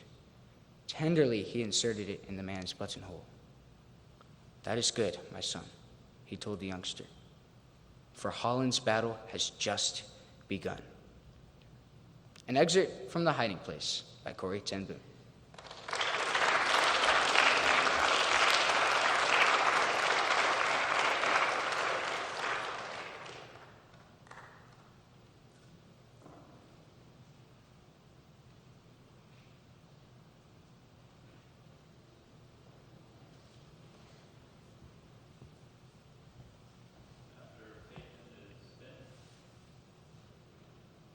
Dialogue from Yahir's Requiem, author unknown. For those who do not know, for those who were not lucky enough to hear the tale of Cade Six's first from his own mouth, that charm and the way he'd act out his favorite parts, complete with sound effects, here is one telling. It is a recording from cycles past. It is not the full story, but wherever Cade Six was involved, nothing ever was. Boom! I wake up. Groggy, confused, lightheaded is the same for us all, so that initial shock's nothing new. Sundance is in my face and I can't make sense of heads or tails. My brain functions, but I can't remember anything except I seem to be a functioning life form. I'm human. I'm a man. And then my mind starts reeling at 1,000 miles a minute. Boom, boom, boom. Like I'm downloading the idiot's guide to basic human existence. Cool. Great. Still can't remember anything. And I sure can't wrap my head around the talking, floating, magic robot orb thing jabbering in my face. I'm scared. So, I did what any logical human being would do in this situation. I smacked her to the ground, hard, and I ran. I'm running, she's running, or, whatever she's doing since she doesn't have any legs. She's chasing me going, wrong way, wrong way. She's screaming, I'm screaming, whatever she's screaming, I just keep running. It's night. Did I mention that? It's night, and my eyes are still adjusting to the darkness. So, I'm running, can't see, can't remember, scared to death, confused as all get out, and then I fall. I'm straight up falling, just like that. I fell right off a cliff. It was not a short drop, and I bounced so many times. Fell each and every one of them, till it all went black again. And then, boom, she got me right back up on my feet, just like she always does. And that, my friends, was the start of a beautiful friendship. Dialogue from Mahir's Requiem, author unknown.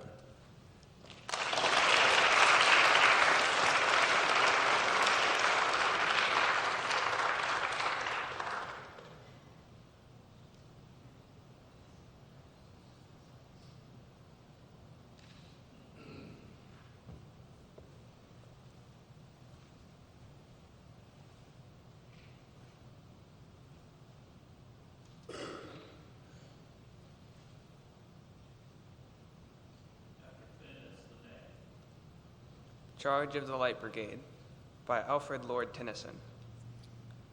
Half a league, half a league, half a league onward, all in the valley of death rode the 600. Forward the Light Brigade, charge the guns, he said. Forward the Light Brigade, charge the guns, he said. All in the valley of death rode the 600. Forward the Light Brigade, was there a man dismayed? No thought, not though the soldiers knew someone had blundered. There's not to make reply, there's no reason why. There's but to do and die. Into the valley of death rode the 600. Can to the right of them, can to the left of them, cannon in front of them. Volleyed and thundered, stormed at with shot and shell.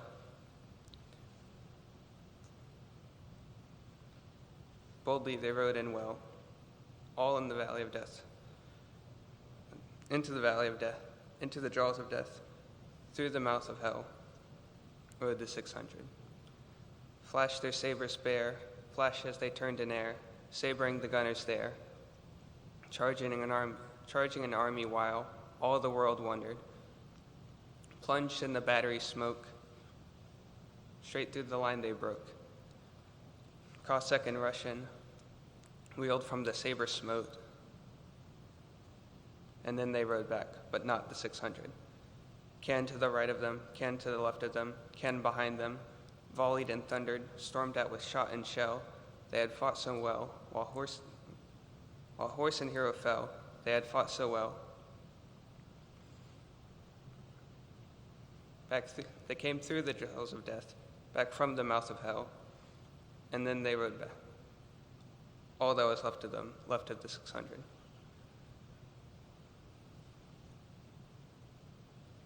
When will their glory fade?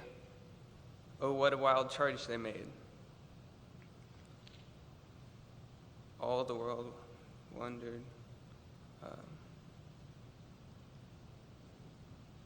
Honor the charge they made. Honor the Light Brigade, noble 600. The Charge of the Light Brigade by Alfred Lord Tennyson.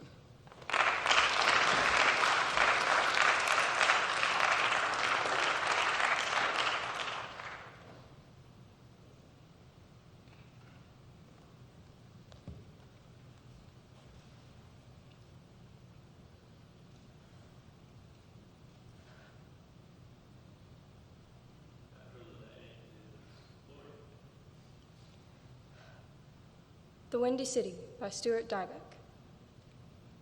The garments worn in flying dreams were fashioned there.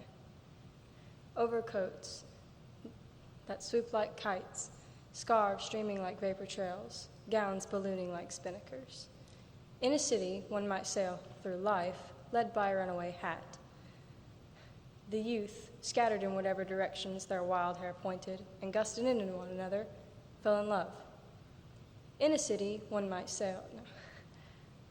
At night, wind-rippled saxophones that hung like wind chimes in pawn shop windows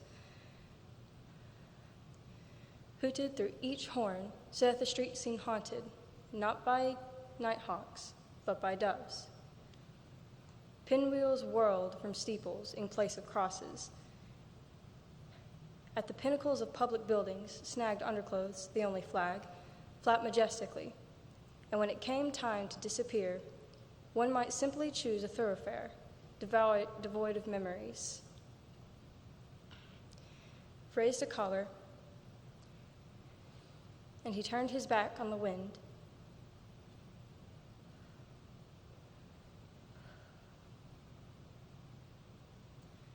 I closed my eyes and stepped into a swirl of scuttling leaves. The Windy City by Stuart Dybek.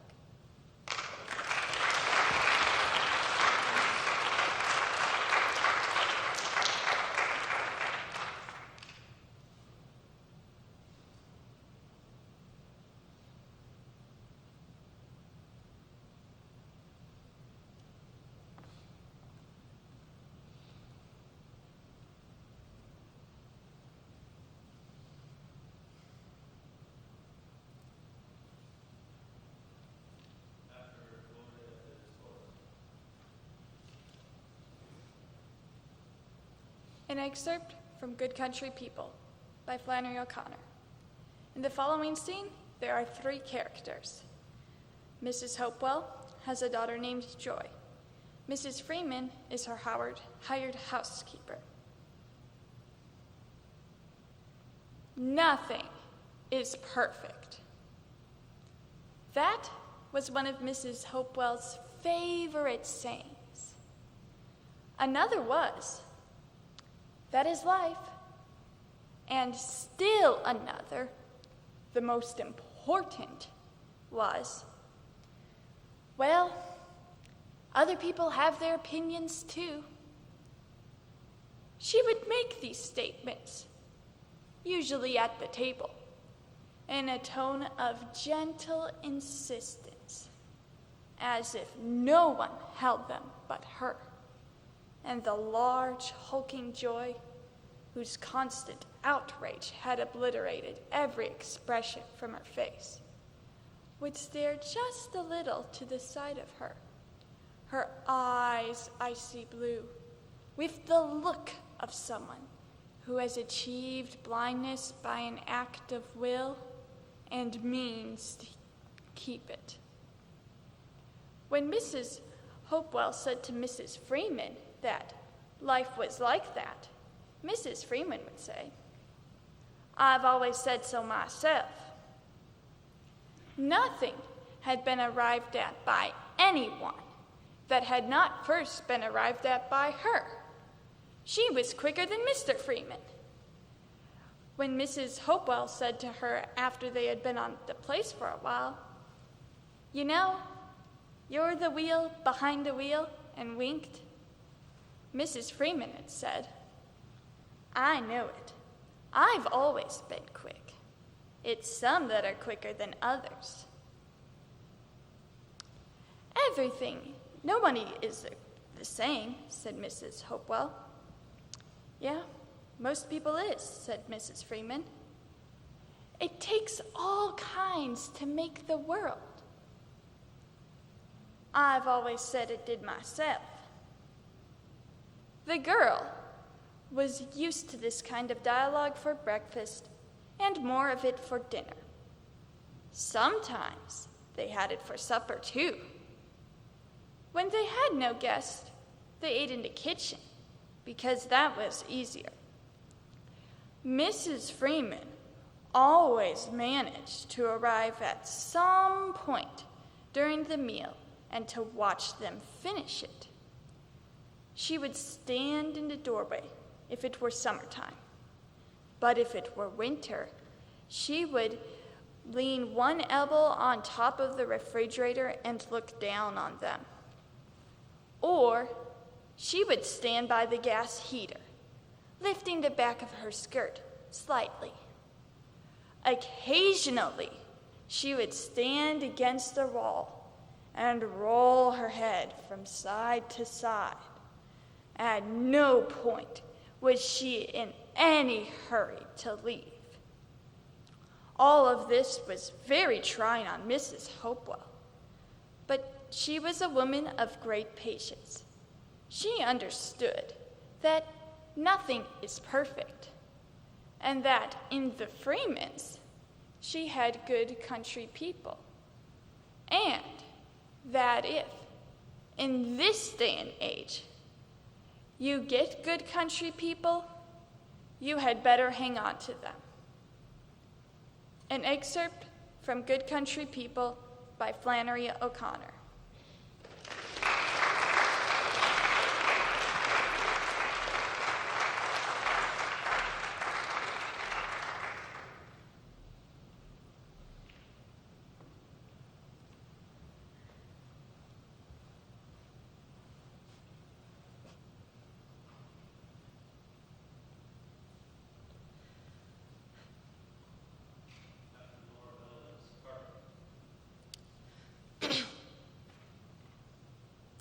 An excerpt from On the Edge of the Dark Sea of Darkness by Andrew Peterson. A slightly less brief introduction to the land of Scree. The whole land of Scree was green and flat, except for the stony mountains in the north, which weren't flat at all, nor were they green. They were rather white from all the snow, though if the snow melted, something green might eventually grow there. But further south, the plains of Palanjabjay covered the rest of Scree with their rolling and decidedly green grasslands, except, of course, Glipwood Forest. Just south of the plains, the Leonard Woodlands rolled off the edges of all maps, except, one would suppose, the maps made by whatever people lived in those far lands. But the people who made their homes on the plains, at the edge of the forest, high in the mountains, and along the great river Blap, lived in a state of lasting, glorious peace. That is, except for the aforementioned Great War, which they lost, quite pitifully, and which destroyed life as they knew it. In the 9 years after Scree's king and all his lords, in fact, everyone with a claim to the throne, had been executed, the people of Scree had learned to survive under the occupation of the Fangs of Dane. The Fangs walked around like humans. In fact, they looked exactly like humans, except for the greenish scales that covered their bodies, and the long lizard-like snout, and the 2 long venomous fangs that jutted downward from their snarling mouths. Also, they had tails. Since Nag the Nameless had conquered all the free lands of Scree, the Fangs occupied all the towns, exacting taxes and being nasty to the free Screeans. Oh yes, the Screeans were quite free, as long as they were in their homes by midnight, as long as they bore no weapons, and as long as they didn't complain when their fellow Screeans were occasionally taken away across the sea, never to be seen again. But other than the cruel Fangs and the constant threat of death and torture, there wasn't much to fear in Scree, except in the stony mountains where hairy bomb novels crept across the land with their long teeth and hungry bellies, and across the frozen wastes of the ice prairies, where the few who made their homes there battled snick buzzards daily. Further south, the plains of Palanjabjay were as safe as they were beautiful, except for the rack badgers that slithered through the tall grasses. A farmer from South Turbo claimed to have seen one as big as a young meep, which is about the size of a full-grown chortney, an animal that stands about as high as a flabbit.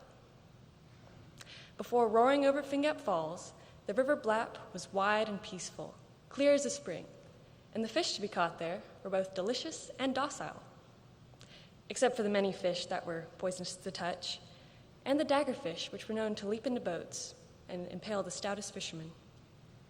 An excerpt from On the Edge of the Dark Sea of Darkness by Andrew Peterson.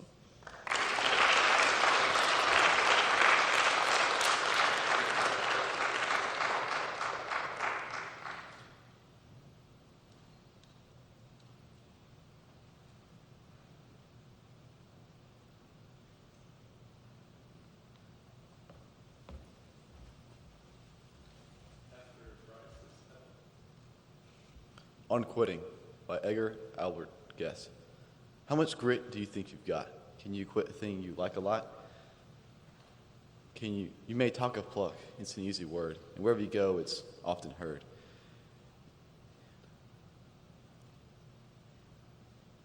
You may stand in trouble and keep your grin, but have you tackled self-discipline? Have you ever issued commands to you to quit the things you like to do? And then, when tempted and sorely swayed, those rigid orders have you obeyed? Don't boast of your grit till you've tried it out, nor prate to men your courage shout. For it's easy enough to retain the grin in the face of a fight there's a chance to win. For the sort of grit that is good to own is the stuff you need when you're all alone. How much grit do you think you've got? Can you turn from joys that you like a lot?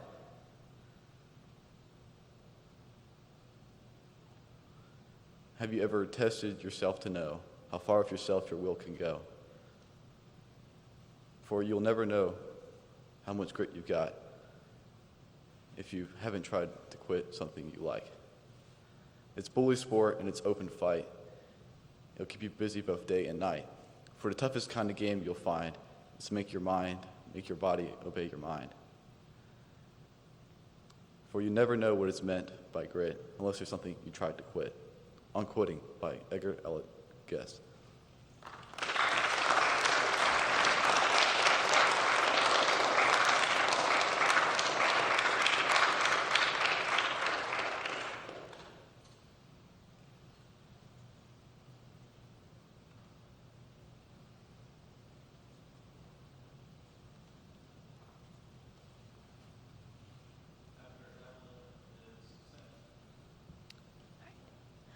An excerpt from A Study in Scarlet by Sir Arthur Conan Doyle. This was a lofty chamber, lined and littered with countless bottles. Broad, low tables were scattered about, which bristled with retorts, test tubes, and little Bunsen lamps with their blue flickering flames. There was only one student in the room, who was bending over a distant table, absorbed in his work. At the sound of our steps, he glanced round and sprang to his feet with a cry of pleasure. "I found it! I found it!" he shouted to my companion, running over to us with a test tube in his hand. "I have found a reagent which is precipitated by hemoglobin and by nothing else." Had he discovered a gold mine, greater delight could not have shown from his features. "Dr. Watson, Mr. Sherlock Holmes," said Stanford, introducing us. "How are you?" he said cordially, gripping my hand with a strength for which I should hardly have given him credit. "You have been in Afghanistan, I perceive." "How on earth did you know that?" I asked in astonishment. "Never mind," said he, chuckling to himself. "The question now is about hemoglobin. No doubt you see the significance of the discovery of mine?" "It is interesting chemically, no doubt," I said, "but practically?" "Why, man, it is the most practical medical legal discovery for years. Don't you see that it gives us an infallible test for blood stains? Come here now," he said, grabbing me by the coat sleeve in his eagerness and dragging me over to the table at which he had been working. "Let us have some fresh blood," he said, digging a long bodkin into his finger and drawing the resulting drop of blood off into a chemical pipette. "I will add this small quantity of blood to a liter of water. You see, the resulting mixture has the appearance of pure water. The proportion of blood cannot be more than 1 in a million. I have no doubt, however, that we will be able to achieve the characteristic reaction." As he spoke, he threw some white crystals into the jar and added a few drops of a transparent fluid. In an instant, the constants assumed a dull mahogany color, and a brownish dust was precipitated into the bottom of the glass jar. "Ha ha," he cried, "what do you think of that?" "It seems a very delicate test," I remarked. "Beautiful, beautiful. The old Guanson test was very clumsy and uncertain, as is the microscopic examination for blood corpuscles. The latter is valueless if the stains are a few hours old. This, however, appears to work as well whether the blood is old or new. Had this test been invented, there are thousands of men now walking the earth who would have long ago paid the penalty for their crimes." "Indeed," I murmured. "Criminal cases are continually hinging upon that one point. A man is suspected of a crime months, perhaps, after it has been committed. His linen or clothes are examined, and brownish stains are discovered upon them. But are they blood stains, or mud stains, or rust stains, or fruit stains, or what are they? That has been the question which has puzzled many an expert. And why? Because there was no reliable test. But now we have the Sherlock Holmes test, and there will no longer be any difficulty." After saying this, his eyes fairly shone, and he put his hand over his heart and bowed as if to some applauding crowd conjured up by his imagination. An excerpt from A Study in Scarlet by Sir Arthur Conan Doyle.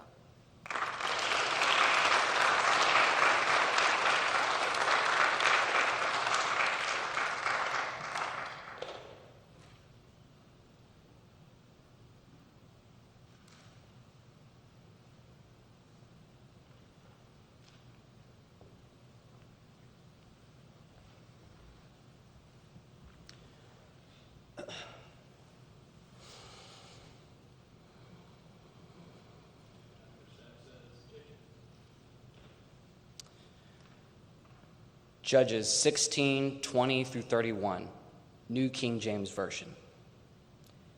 And she said, "The Philistines are upon you, Samson." And he awoke from his sleep and said, "I will go out as before at other times and shake myself free." But he did not know that the Lord had departed from him. And the Philistines took him, and they put out his eyes, and they brought him down to Gaza.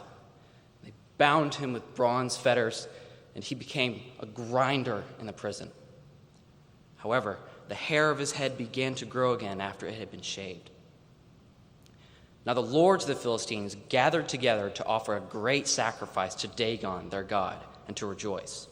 For they said, "Our God has delivered into our hands Samson, our enemy."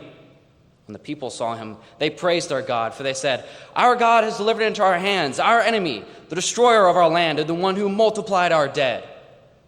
So it was, when their hearts were merry, that they said, "Call for Samson, that he may perform for us." So they called for Samson from the prison, and he performed for them. And they stationed him between the pillars. And Samson said to the lad who held him by the hand, "Let me feel the pillars which support the temple, so that I can lean on them." Now the temple was full of men and women. All the lords of the Philistines were there, about 3,000 men and women on the roof watching while Samson performed.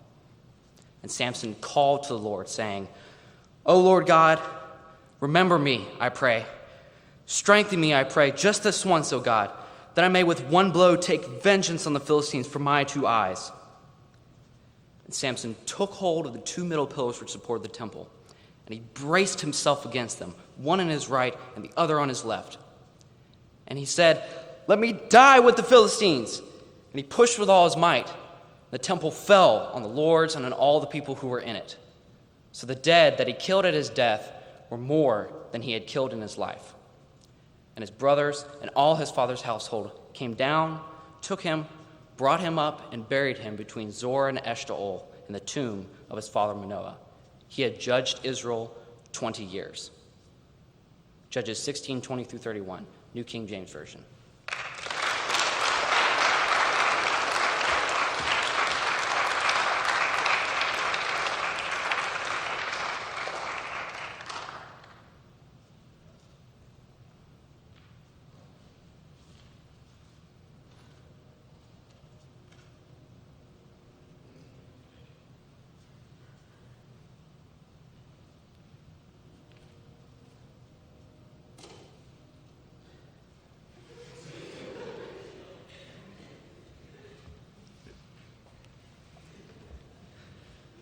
A selection from No Country for Old Men by Cormac McCarthy.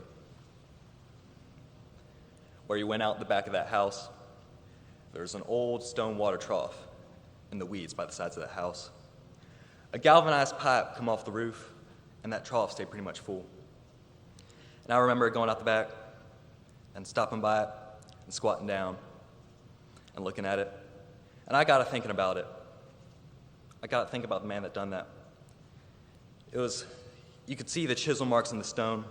It was hewed out of solid rock. It's about 6 foot long, 2.5 foot wide, about that deep. Just carved right out of the rock. I got to think about that man that done that. Now, that time hasn't had a time of peace of any length at all that I knew of.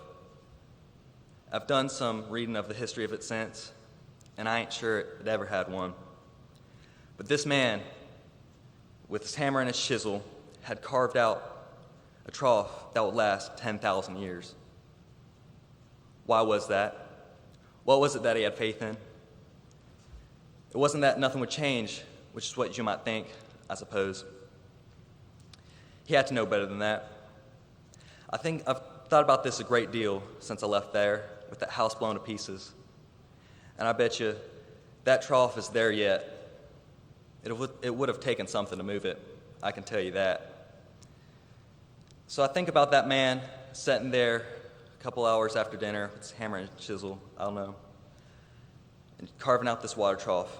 And I have to say that the only thing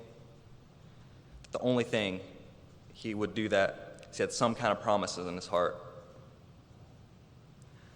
Now I don't have any intentions of making a stone water trough, but making that kind of promise is something I would like. Yeah, that's what I like most of all. A selection from No Country for Old Men by Cormac McCarthy.